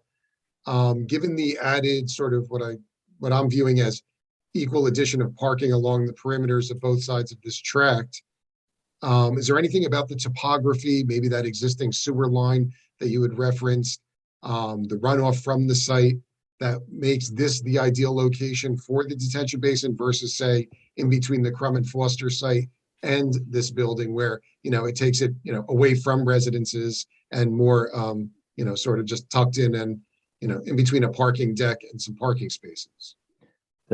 That's a great question, and it's a design question, which I appreciate. And the short answer to it is that the grade doesn't really help us with trying to put the basin on the other side.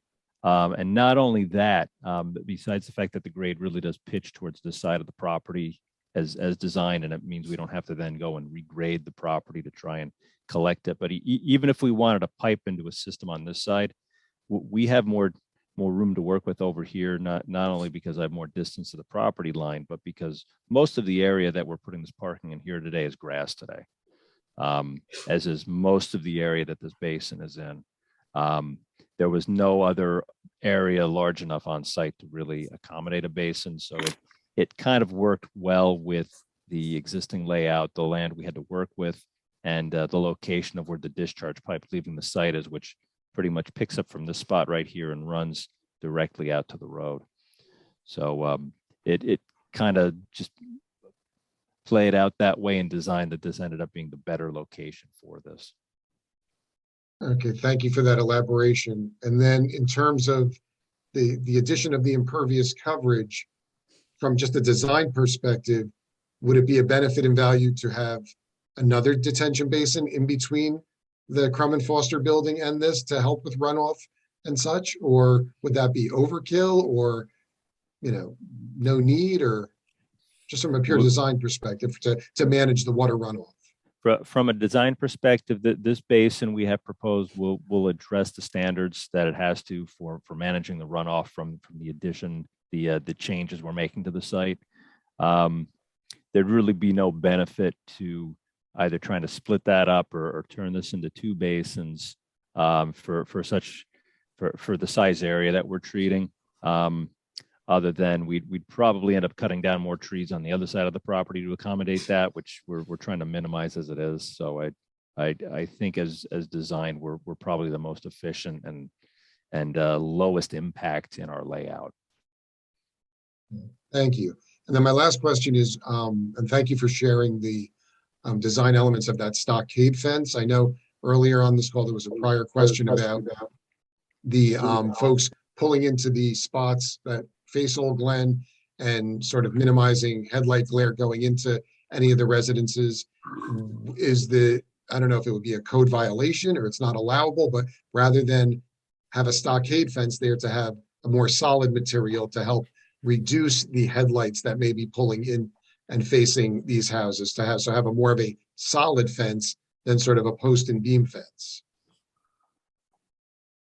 Well, the reasons we gave, and I can repeat them for why I have this fence here as opposed to something else, is the design that we proposed along here allows this section of parking lot to drain directly into this area over a flush curb and convey right over the grass areas directly into this basin. And to do that, I have a flush curb instead of a typical 6-inch high Belgian block curb. Since I have a flush curb, I don't have a curb there to deter vehicles from overshooting the curb, from ending up in the grass or in the basin. So instead of doing some other measure, we proposed this post and rail, split rail fence. And the reason why it was this fence and not some other fence is because I needed to select a fence that would let stormwater continue to run across the land without some barrier to it. So that's pretty much the complete thought process on why this is here instead of curb stops or bollards or something else that could stop the vehicles. It was a little more aesthetic and a little more practical, I thought, for the application. I mean, I'm not a fence design or don't know what products are out there, but I would think there would be something that would maybe sort of mitigate the head glare going into the residences while also giving you maybe 8 inches of space underneath the bottom of the fence for water to continually run and to achieve both results in a more graceful manner in terms of preventing any headlight glare going into any of those residences. So I would, if there was such a product or there was materials or things that could be looked at, I would think that would certainly be a benefit and value to and appreciated by the residents on Old Glen. And that's all I had. And thank you for your time and your testimony. Thank you. Thank you, Mr. Goldberg. Ms. Merrill? Yes, hi. Can you hear me now? Yes, we can. Okay. I'm at 3 Old Glen Road, and if you look at the map here, I'm the middle of the 3 block 303s. So I am directly across from everything. So my question is so currently, when I look across the street, there are a whole bunch of mature trees and an okay amount of grass, which butts up against from the parking lot, creates a little bit of a wedge from that to Old Glen Road. My question is, how many mature trees are you cutting down, and how much of that bit of grass that we currently have there are you cutting out? One moment, and I'll do a count for you, Ms. Merrill. Thank you for that question. That's a good question. Oh, here they are.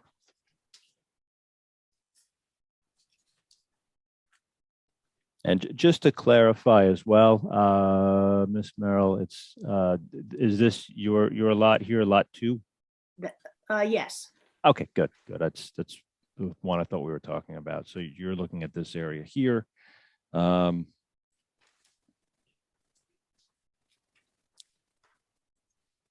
Opposite from your property, in the area that's pretty much where you see my hand moving right here.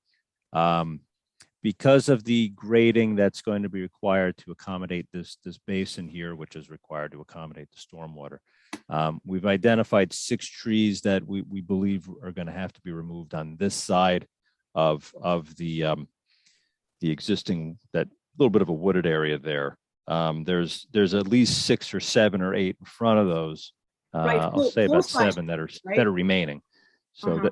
that's regarding your question about the trees. And in terms of vision and what you're going to see in this area, I think you said there's a grass area back in this area right here where I'm showing. The better portion of that grass area, we're extending the parking into this part of it here.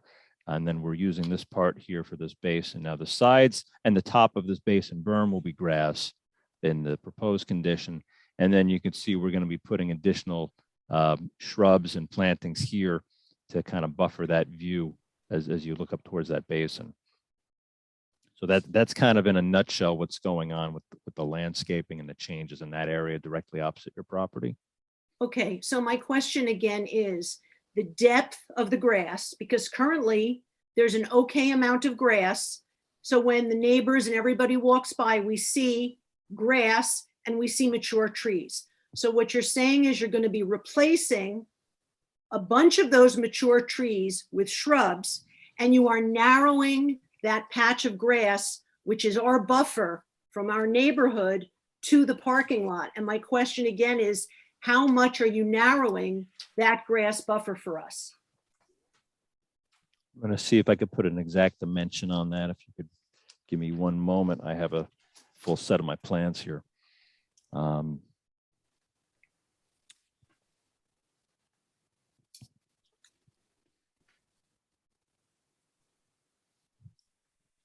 me go to this sheet. This will tell me the grading limits.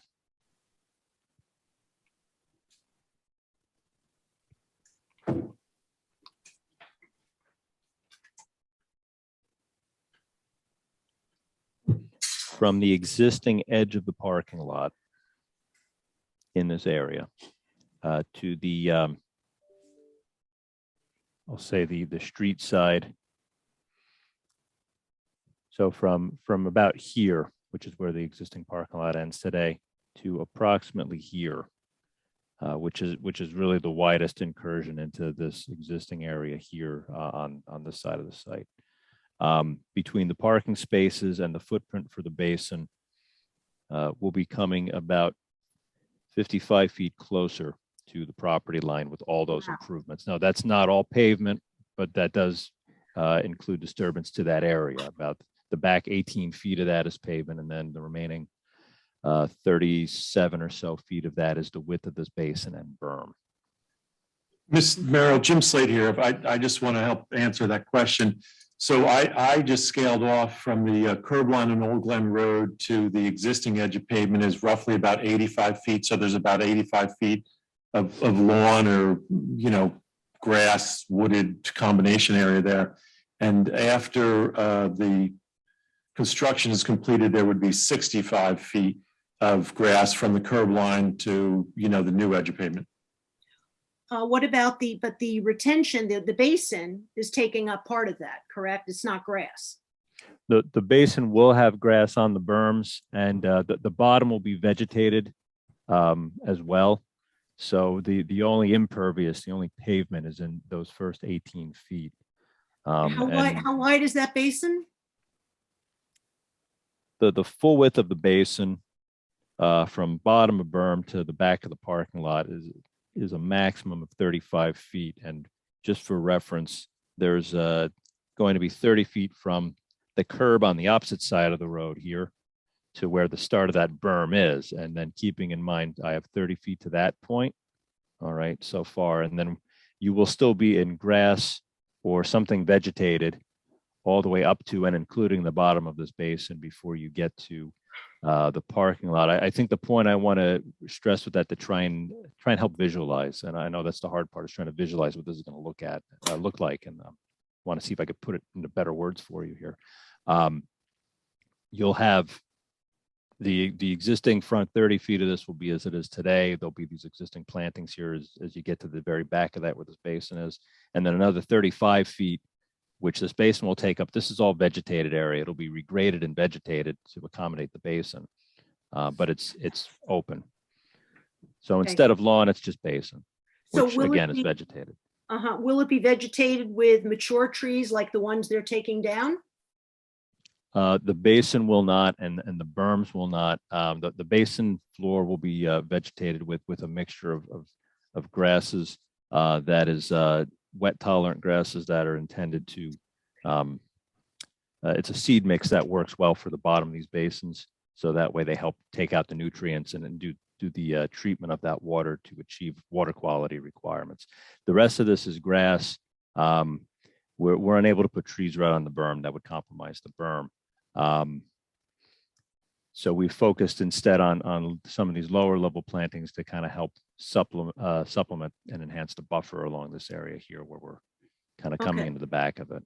Okay, so my question goes back one more time to, are there going to be any mature trees on that strip across from the houses in that area on Old Glen Road? We're not proposing additional trees. There will be remaining mature trees along that area. And if I might go back to my site plan for a minute. I'm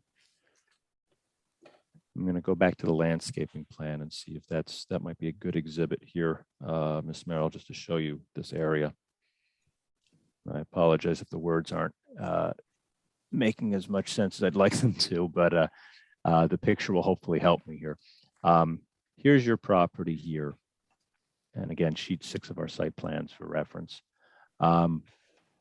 These grayer trees here, 1, 2, 3, 4, 5, 6, 7, 8 mature trees that are going to remain throughout this area. And then we have 1, 2, 3, 4, 5, 6, 7, 8, 11, 12, 13, 14, 15. There's almost 20 additional lower level shrubs that are going to help supplement this area. So there's going to be all this landscaping in that And area. how many are you between and the removing basin. of the mature trees? I believe it was 6, and they're close to this berm. It may be possible as they construct this that some of those may be able to be saved. I have a hard time attesting affirmatively to that because it'll depend on the construction, and we felt it was better to identify them as being removed so we can ensure we address the tree replacement criteria of the town. And if they can be saved, then obviously they should be saved. But they were very close to where we're going to be doing this grading. So that they were pretty much in this area where you see this hand kind of going here. Okay. So unfortunately, that's what we're looking at in this area. We did try to minimize those impacts as much as possible with these improvements. It's a big change. Okay, thank you. Okay, thank you, Ms. Merrill. Mr. Warner. Yes, hi. This is Andrew Warner. I live at 4 Old Glen Road. So trying to piggyback off some of my neighbors' questions. Along that same road with all the new growth that's being planted, is there any consideration to avoiding landscaping creeping onto Old Glen Road? You know, it's a busy area with lots of walkers and bikers. Is there anything done by the applicant to whatever, keep the new landscaping on their property? Well, all the landscaping we're showing will be planted on our property. This dark line here is the right-of-way line, and then to the between that right-of-way line and just for reference, there's about 15 feet between the curb and the property line. And having been out there, Mr. Warner, I have noticed that there is some landscaping that's just existing landscaping that probably has filled up this area over time. But we're not proposing to add to whatever might be there presently within the municipal right of way.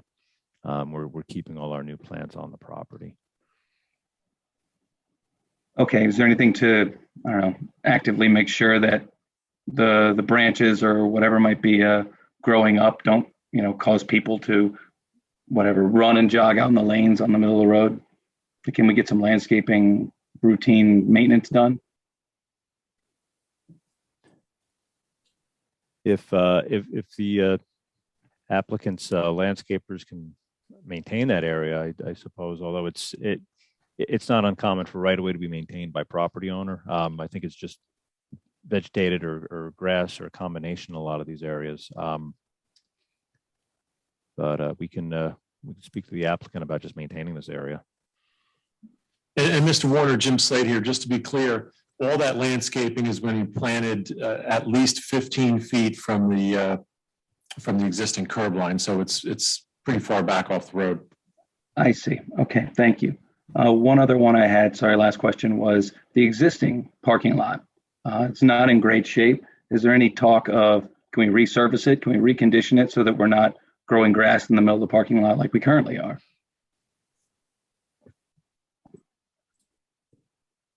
While we're not discussing that as part of this application, that's going to come down to maintenance and the applicant's plans for it, which I'm sure would be a consideration as they're going to be utilizing the site. I'd have to speak with the applicant about what their intentions are for that, but thank you for bringing up the condition for so we're aware of that if we weren't already. I guess my final point was, I know it was raised earlier, is it possible to only do the side closest to the Crum and Forrester building with new spaces and avoid building new spaces on the Old Glen Road side unless and until there's a specific medical need for those spaces?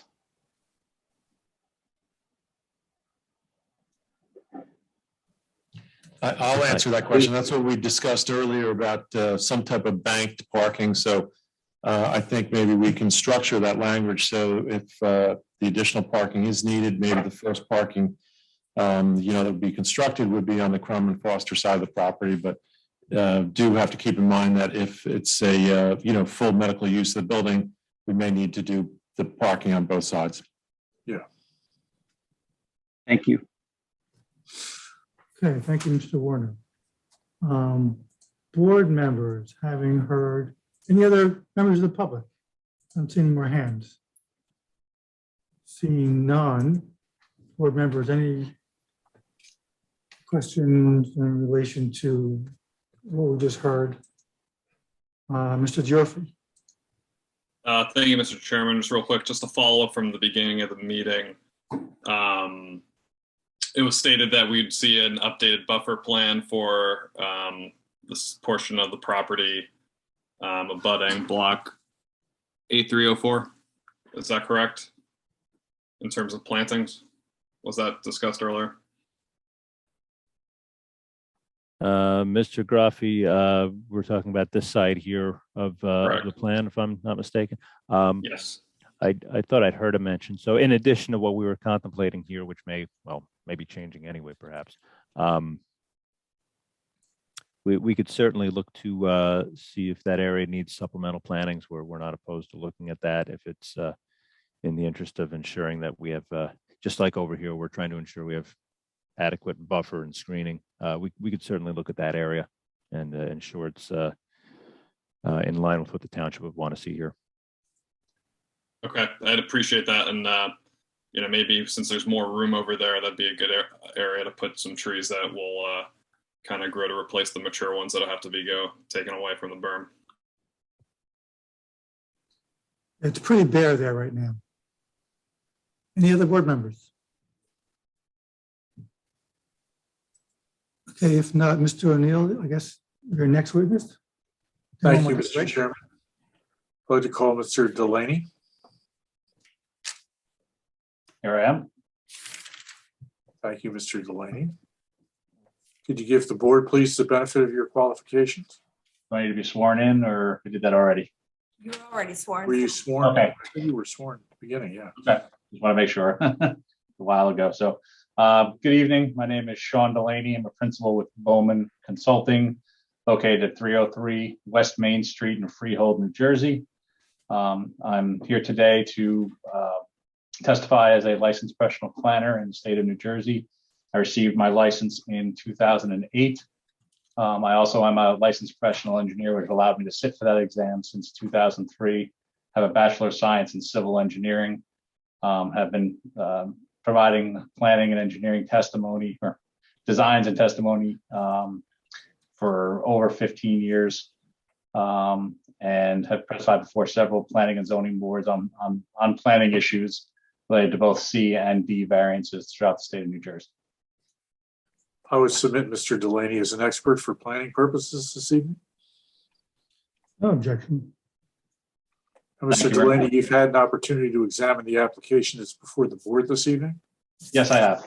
You've also had an opportunity to examine the local ordinances and master plan. Yes, I have. Wonder if you can give us your findings regarding the interaction of this application with those regulations. Certainly. So, from my review of the plans in the application, I noted that there were actually 3 variances that were needed tonight. The first is an existing non-conforming condition. That is for the lot width of the property located along Madison Avenue. 400 feet is required where the existing lot is 367.7 feet. So it's existing condition. I believe that is justified under the C1 variance that due to the shape of the existing property, we cannot acquire additional property to make that conformance, to make that area conform. And it doesn't have any negative impact to the design of the site, as there's no additional improvements being done that would limit. The site meets the lot areas and lot depths by sufficiently so that the lot width that exists is not really an issue on this property or this application. The 2 other variances that really are here for are the 2 proposed variances related to the parking in the front yard located along Old Glen Road, and then the parking stall size that Mr. Winters talked about being 9 by 18 on the property. I believe both of those are justified under the C2 variances, and I'll get into the information regarding those and why I believe that.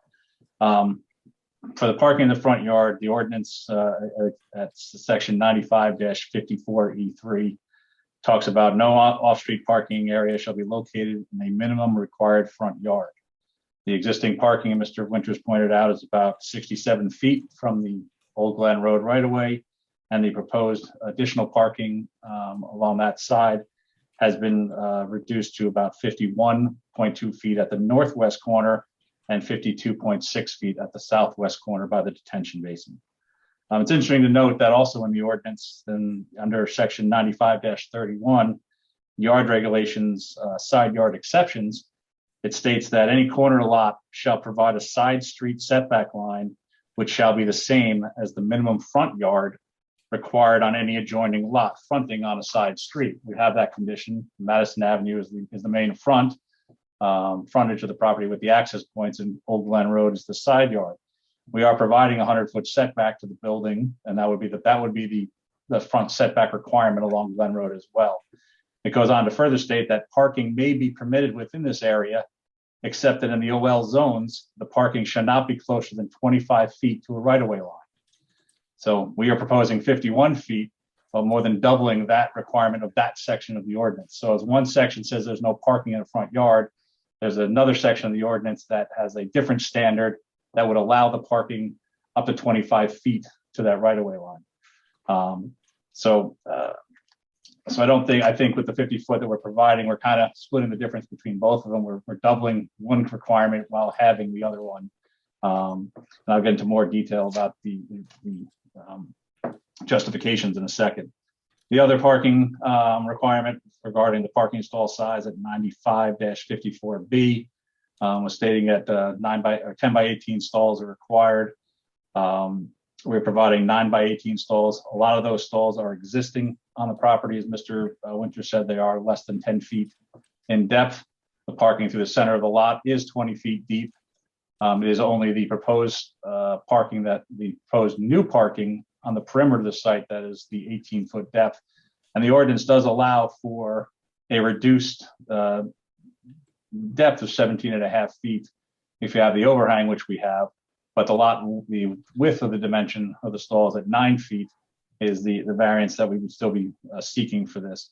And it's not inconsistent with uses of this type, medical office buildings, where you don't have the constant turnover of vehicles like you do have in a retail or a commercial business or use, where people are coming in, dropping off, and there's a lot of cars moving in and out, where you need that extra foot of space to make sure cars are there's enough room for cars to maneuver in and out. People parking here, most of the staff would be pulling in, staying for their entire day, maybe going out for lunch, and only the visitors or the patrons coming to the medical office buildings, depending on how that's structured, would be coming in and leaving at a more routine time. The existing stalls, the proposed stalls, match the existing widths that are on the property, so we're not changing that dynamic. They already are mostly 9 by 9 feet wide stalls on the property, and this reduced stall width, as Mr. Winters pointed out, really allows the site to be brought into conformance with the parking regulations required for a medical office building at 5 per 1,000. That would bring us up to that 286 spaces, where 285 are required. Obviously, discussions have been had today about relocating the trash enclosure and reconfiguring some of those spaces to provide at least 285 spaces on the property. So I believe the proposed variances are justified under that C2 criteria, as I stated, and that the certain purposes of the municipal land use law will be advanced by the granting of the deviations, and the benefits of these deviations would substantially outweigh any detriments. Point out that one of the goals in the master plan, the original 1973 goal 5, and referred to as goal 4 in the 2017 reexamination, was to maintain existing commercial areas and restriction on new development in recognition of available shopping facilities nearby. This is not a shopping facility, but it is an existing commercial use. So this proposal brings this existing site into conformance with the parking requirements, making it more leasable, more attractive to tenants to come into the property, to build back up the tenant base and make the building re-energize and increase the utilization of this existing facility. It also maintains the existing commercial use within an existing commercial zone. So we're not relocating the use or downsizing buildings or anything like that. It's an existing building.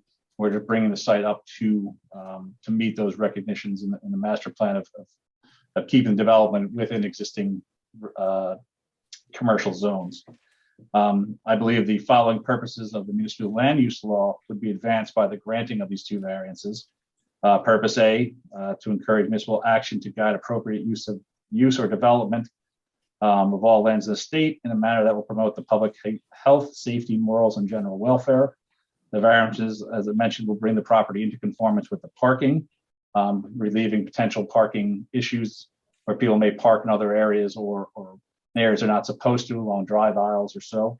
And also the reduced stall sizes will not impact the public health and welfare by adding additional impervious coverages on the site, which would further increase stormwater runoff onto the neighboring roadways and properties. Purpose C, to provide adequate light, air, and open space. The improvements are all ground improvements, which will maintain the light, air of the areas on site. Yes, some of the open space will be removed with the parking, but with the additional landscaping going on site, we don't anticipate any negative impacts to the surrounding properties. Purpose G, to provide sufficient space in appropriate locations for a variety of commercial uses. Obviously the site is an existing office building, so it's suited to a zone for this use, and we're just re-energizing an underutilized building at site right now with these additions and improvements proposed. And also finally, purpose I, to promote a desirable visual environment through creative development techniques and good civic design and arrangement. The additional landscaping being provided along the perimeter of the site will provide the necessary screening for headlights that are being proposed in those new parking areas. They are replacing the trees that are taking down through the site through the tree replacement requirements. There's been discussion of providing some additional landscaping along the southern property along block 8304 to further enhance those buffers, and some shielding on the lights to prevent any kind of detriments to the neighboring residential areas. So, so as I stated before, you know, the ordinance lists those two standards for parking with a front yard.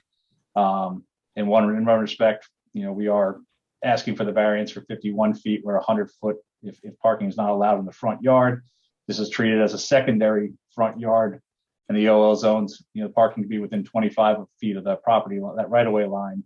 And we are over 50 feet from that. In addition to buffer requirements, just a note that buffer requirements for the side yard would only require a 40-foot buffer, and for the rear yard would only require a 30-foot buffer to a residential zone.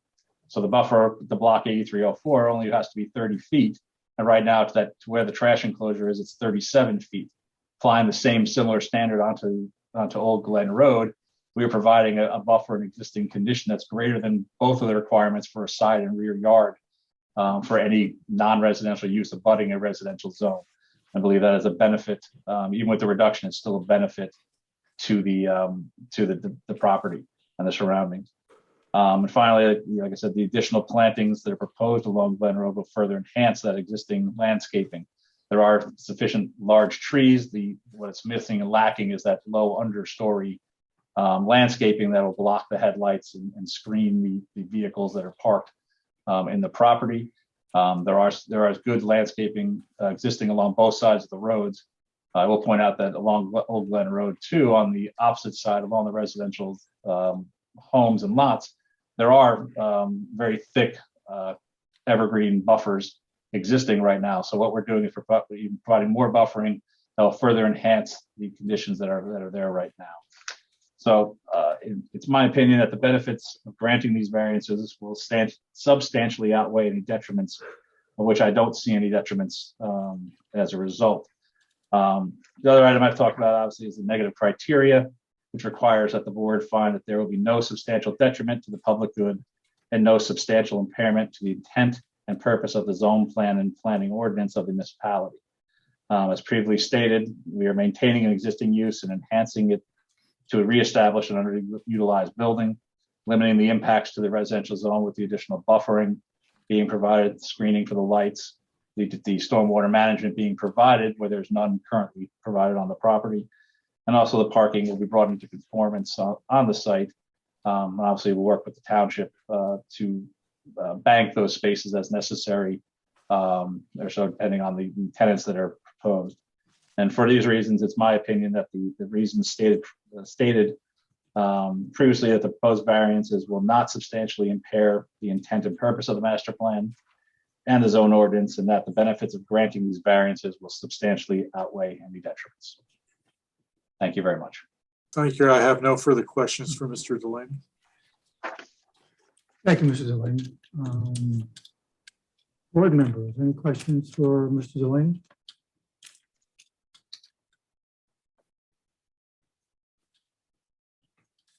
None.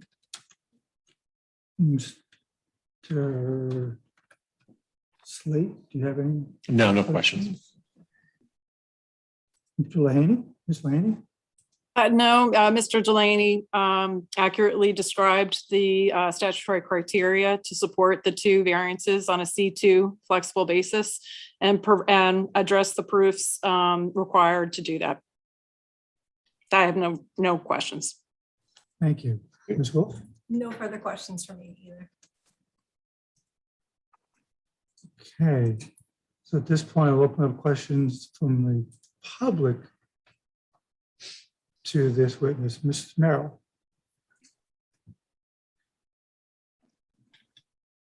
Sorry, I'll reserve for the end of my end comment. Thank you. Okay, thank you.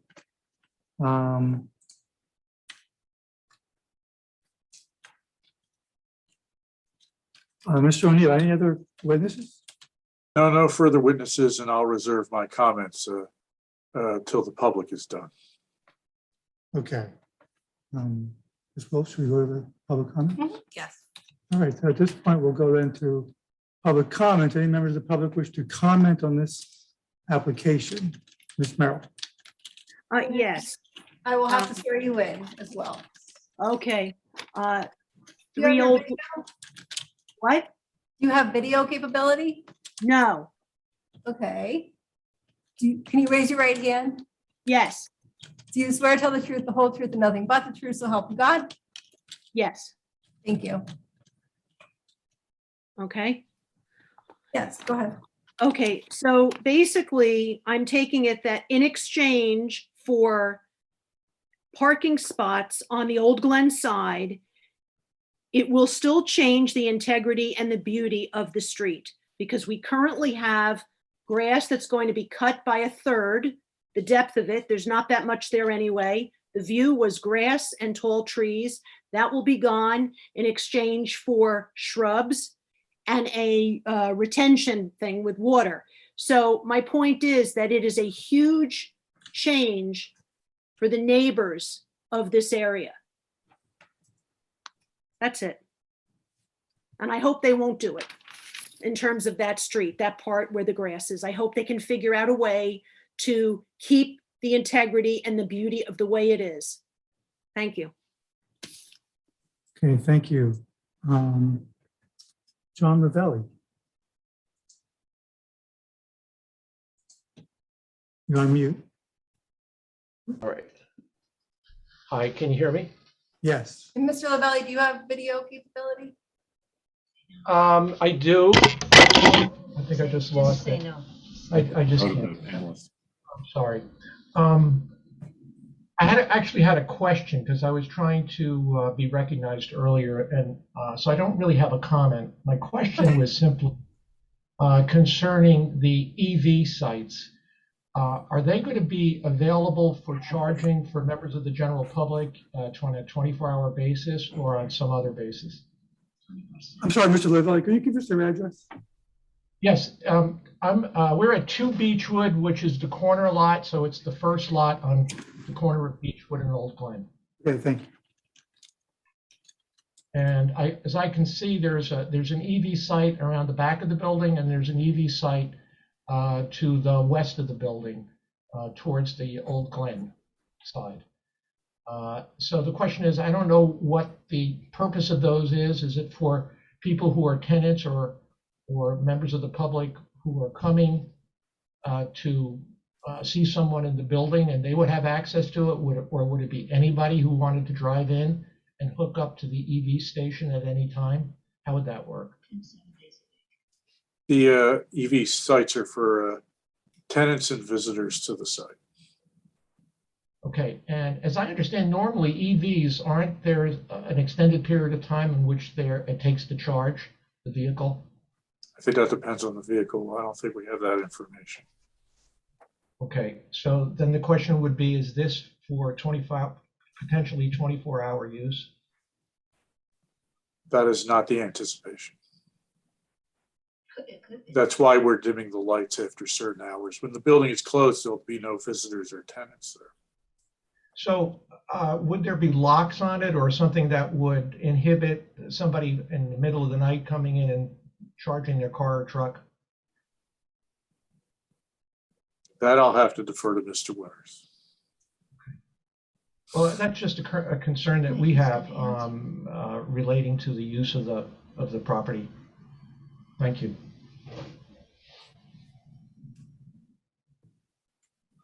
Mr. Winter, can you answer that question? We would have to see what capabilities there are. I'm sure there's capabilities to limit the use of these. As Mr. O'Neill indicated, the intent, of course, was for use by the tenants and their occupants or their customers who were coming in and out of the building. And I'm also not aware of if there's if the municipal standard contemplates that yet. It's an interesting question. As far as the units themselves go, there wasn't an intention to put any limitations on it, but we could look into that and see if there's a way to limit the hours of usage. But I think the lack of if the lighting is pulled back at certain hours, it might be at least deterrent from. It's not being advertised as an EV site. Let's say that. It's just EVs. We'll tell the board this is not designed to be a hangout. It's designed to be an accommodation for tenants and visitors to the site. I think that's a better characterization. It's an amenity for the site itself, really. Okay, thank you. Any other members of the public with any comments they'd like to make? If not, seeing none, we'll close the public comment portion and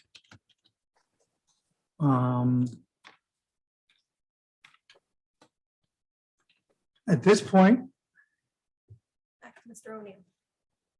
back to Mr. O'Neill. That's right. I'm sorry about that.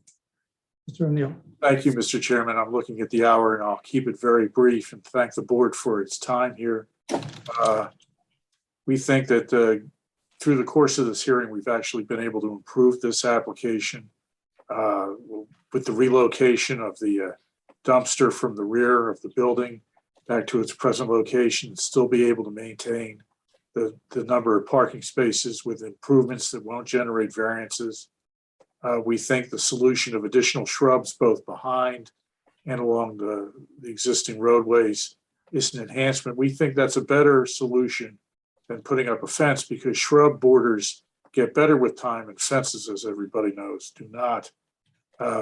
We don't think there's any negatives associated with bringing this building into compliance with parking regulations currently and existing with the township, and hope that this board would approve these variances in this application. Thank you very much. Thank you. At this point, maybe what we should do is go over the stipulation so that we understand our deliberations, what the issues are. Sure, and feel free to let me know if I am missing.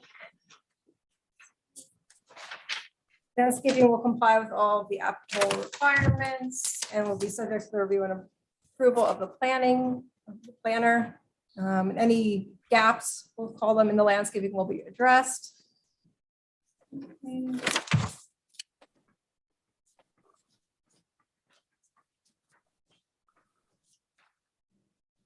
Applicant will reach out to the provider of the trash removal services and see if they can negotiate a later time for pickup. Secure lighting will be dimmed to security level lighting after 10 o'clock p.m. or on the weekends an hour after the close of business. The applicant will reestablish, I suppose, Jim Slate, the manhole on Old Glen, bring it up to grade. That works.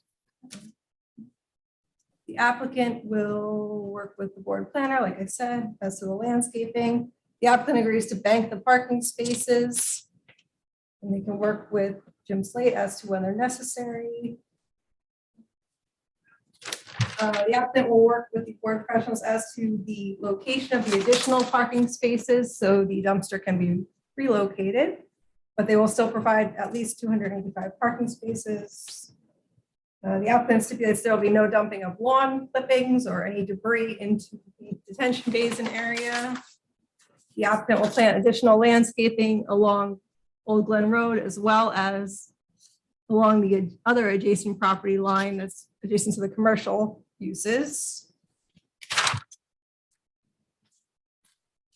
The applicant will do its best and will work with good faith board professionals to minimize the impact on existing trees, and will protect the existing trees to the extent possible. I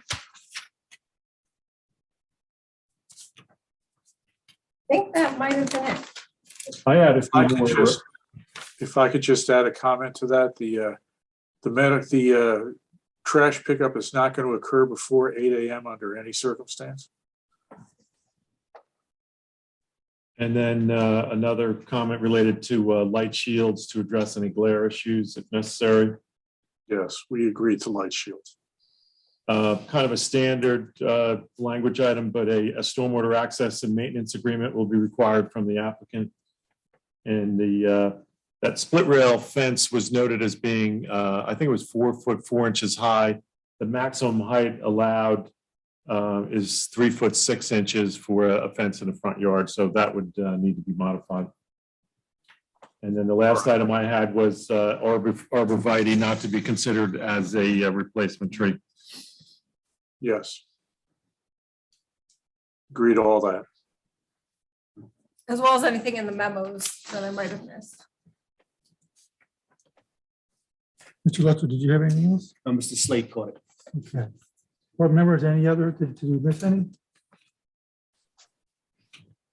Board members, any comments? Deliberations?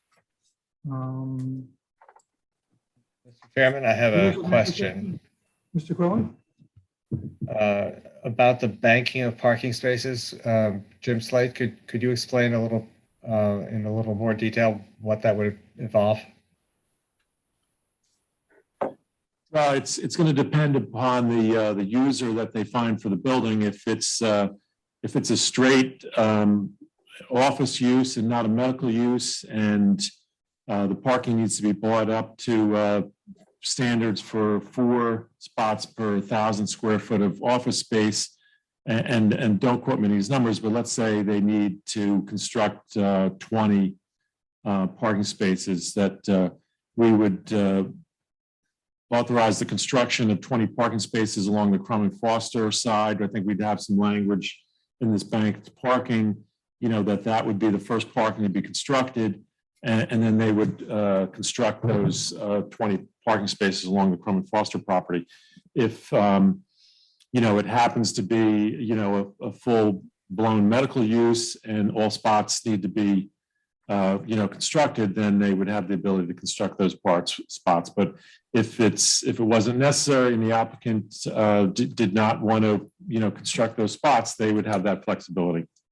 I don't know if I'm covering all options, but just kind of trying to give you a basic overview of it. I would still like to work out that language if we could. Yeah, it sounds like that might need. That's the general gist. That's the gist of what we're doing.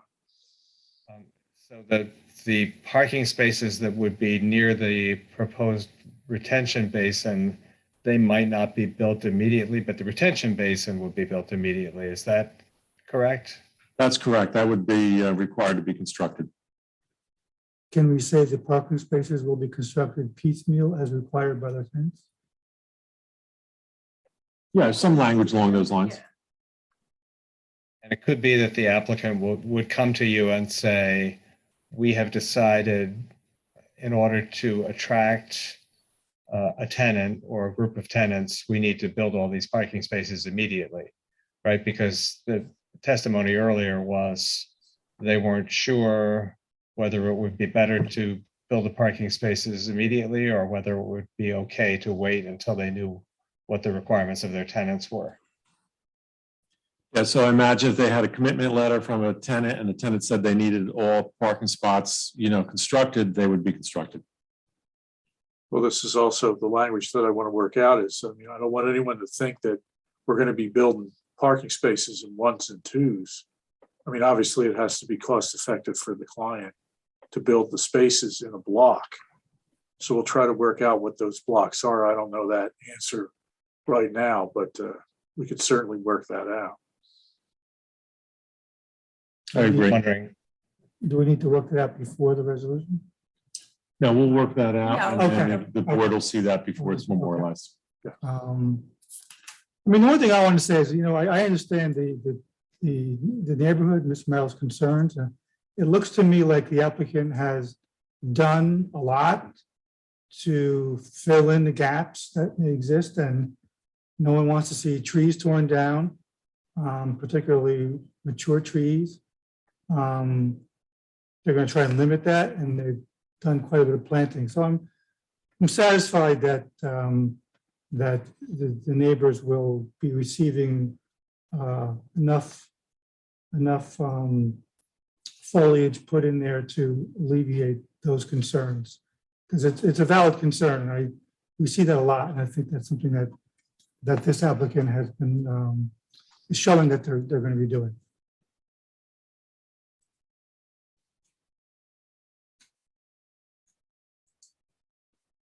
No. Any other comments? If not, then I'll take a motion. Just Linda, I'll move the motion for approval with all of the conditions that we just went over. Motion by Ms. Murphy. I'll second. Second by Mr. Lasso. On the roll call. Mr. Quillen, Yes. Mr. Flowers, Yes. Mr. Geoffrey, Yes. Mr. Alesso, Yes. Ms. Murphy, Yes. Mr. Bai, Yes. Ms. Wilson. No, she recused herself. Oh, I'm sorry. Thank you. Thank you, thank you. Sorry. Ms. Van Order Yes. and Mr. Benoit. Yes. So move. Thank you very much, everyone. Have a Congratulations. wonderful evening. Okay, thank you. Thank you, Joe. So at this point, we'll move on. Ms. Wilson, you want to come back in the meeting?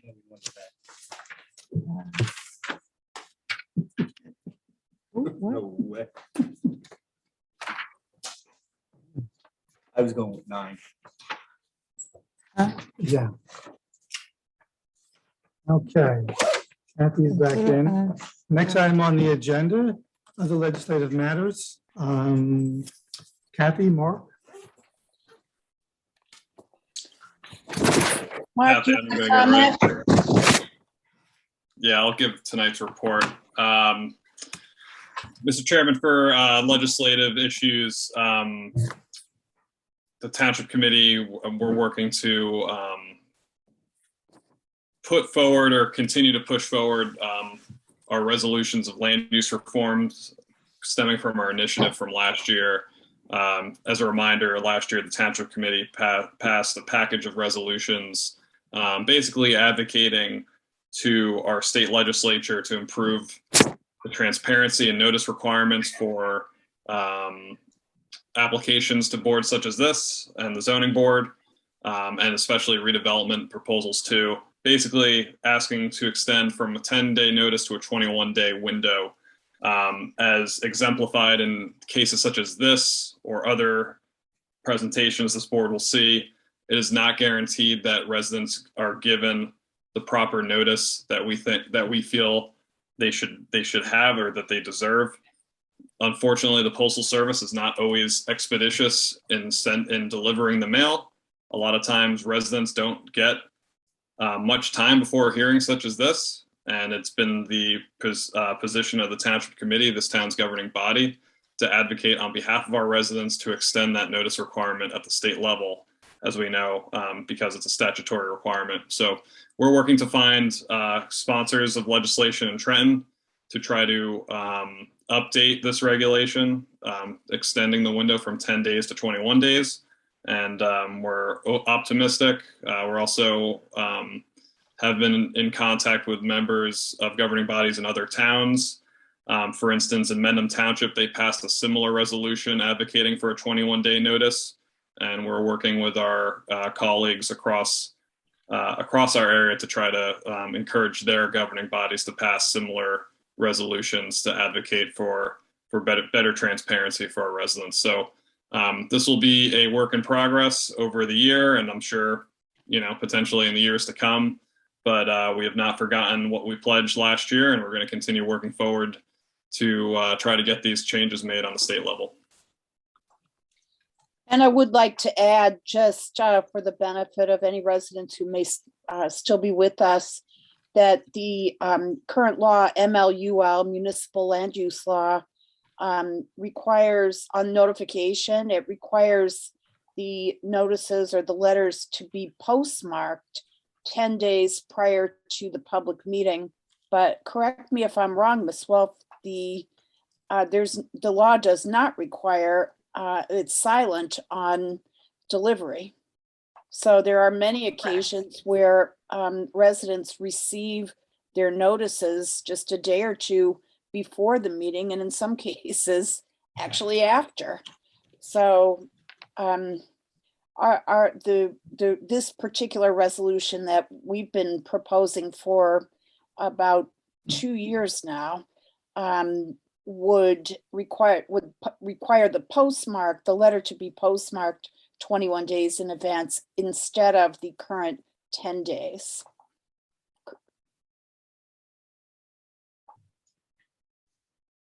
Okay. Anything else? Legislative Committee. Nothing further. So we'll keep you in the loop. Thank you. At this point, we'll move on to the agenda, public commentary. Any members of the public wish to say anything, comment, anything unrelated to today's application?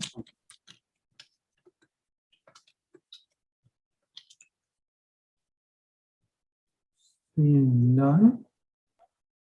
Make sure I allow enough time. Seeing none, we will proceed. We have no closed session requirements. Any other comments from any board members? Board members want to say anything? Okay. Resolution to adjourn? Motion to adjourn. I'm going to cut that off and say we're not going to adjourn yet because as you requested, Mr. Alesso, a little report is what's up and coming on future meeting dates. So to address that request at the March 7th, the next meeting of the planning board, we have the continuation of the Weisberger application. And then we also have the Savage subdivision on that meeting as well. That's on the 7th. Is on the 7th. And the 21st of March, the following meeting is where we continue the Anna management of the Dunkin' Donuts application. I'm sorry, can you back up on Weisberger and who else is on the 7th? Savage subdivision. That's a minor subdivision on Starlight Drive. It was actually supposed to be on tonight, but they requested it to be carried to that meeting. Okay. With that, I am done. Thank you, Mr. Slade. I appreciate that. We all appreciate that. Joe, An amended motion to adjourn. A second? Second. All in favor? Aye. Aye. Aye. Opposed? Thank you very much. We'll see you on March 7th. Great. Night, everyone. Good night. Good night. Bye. Good night.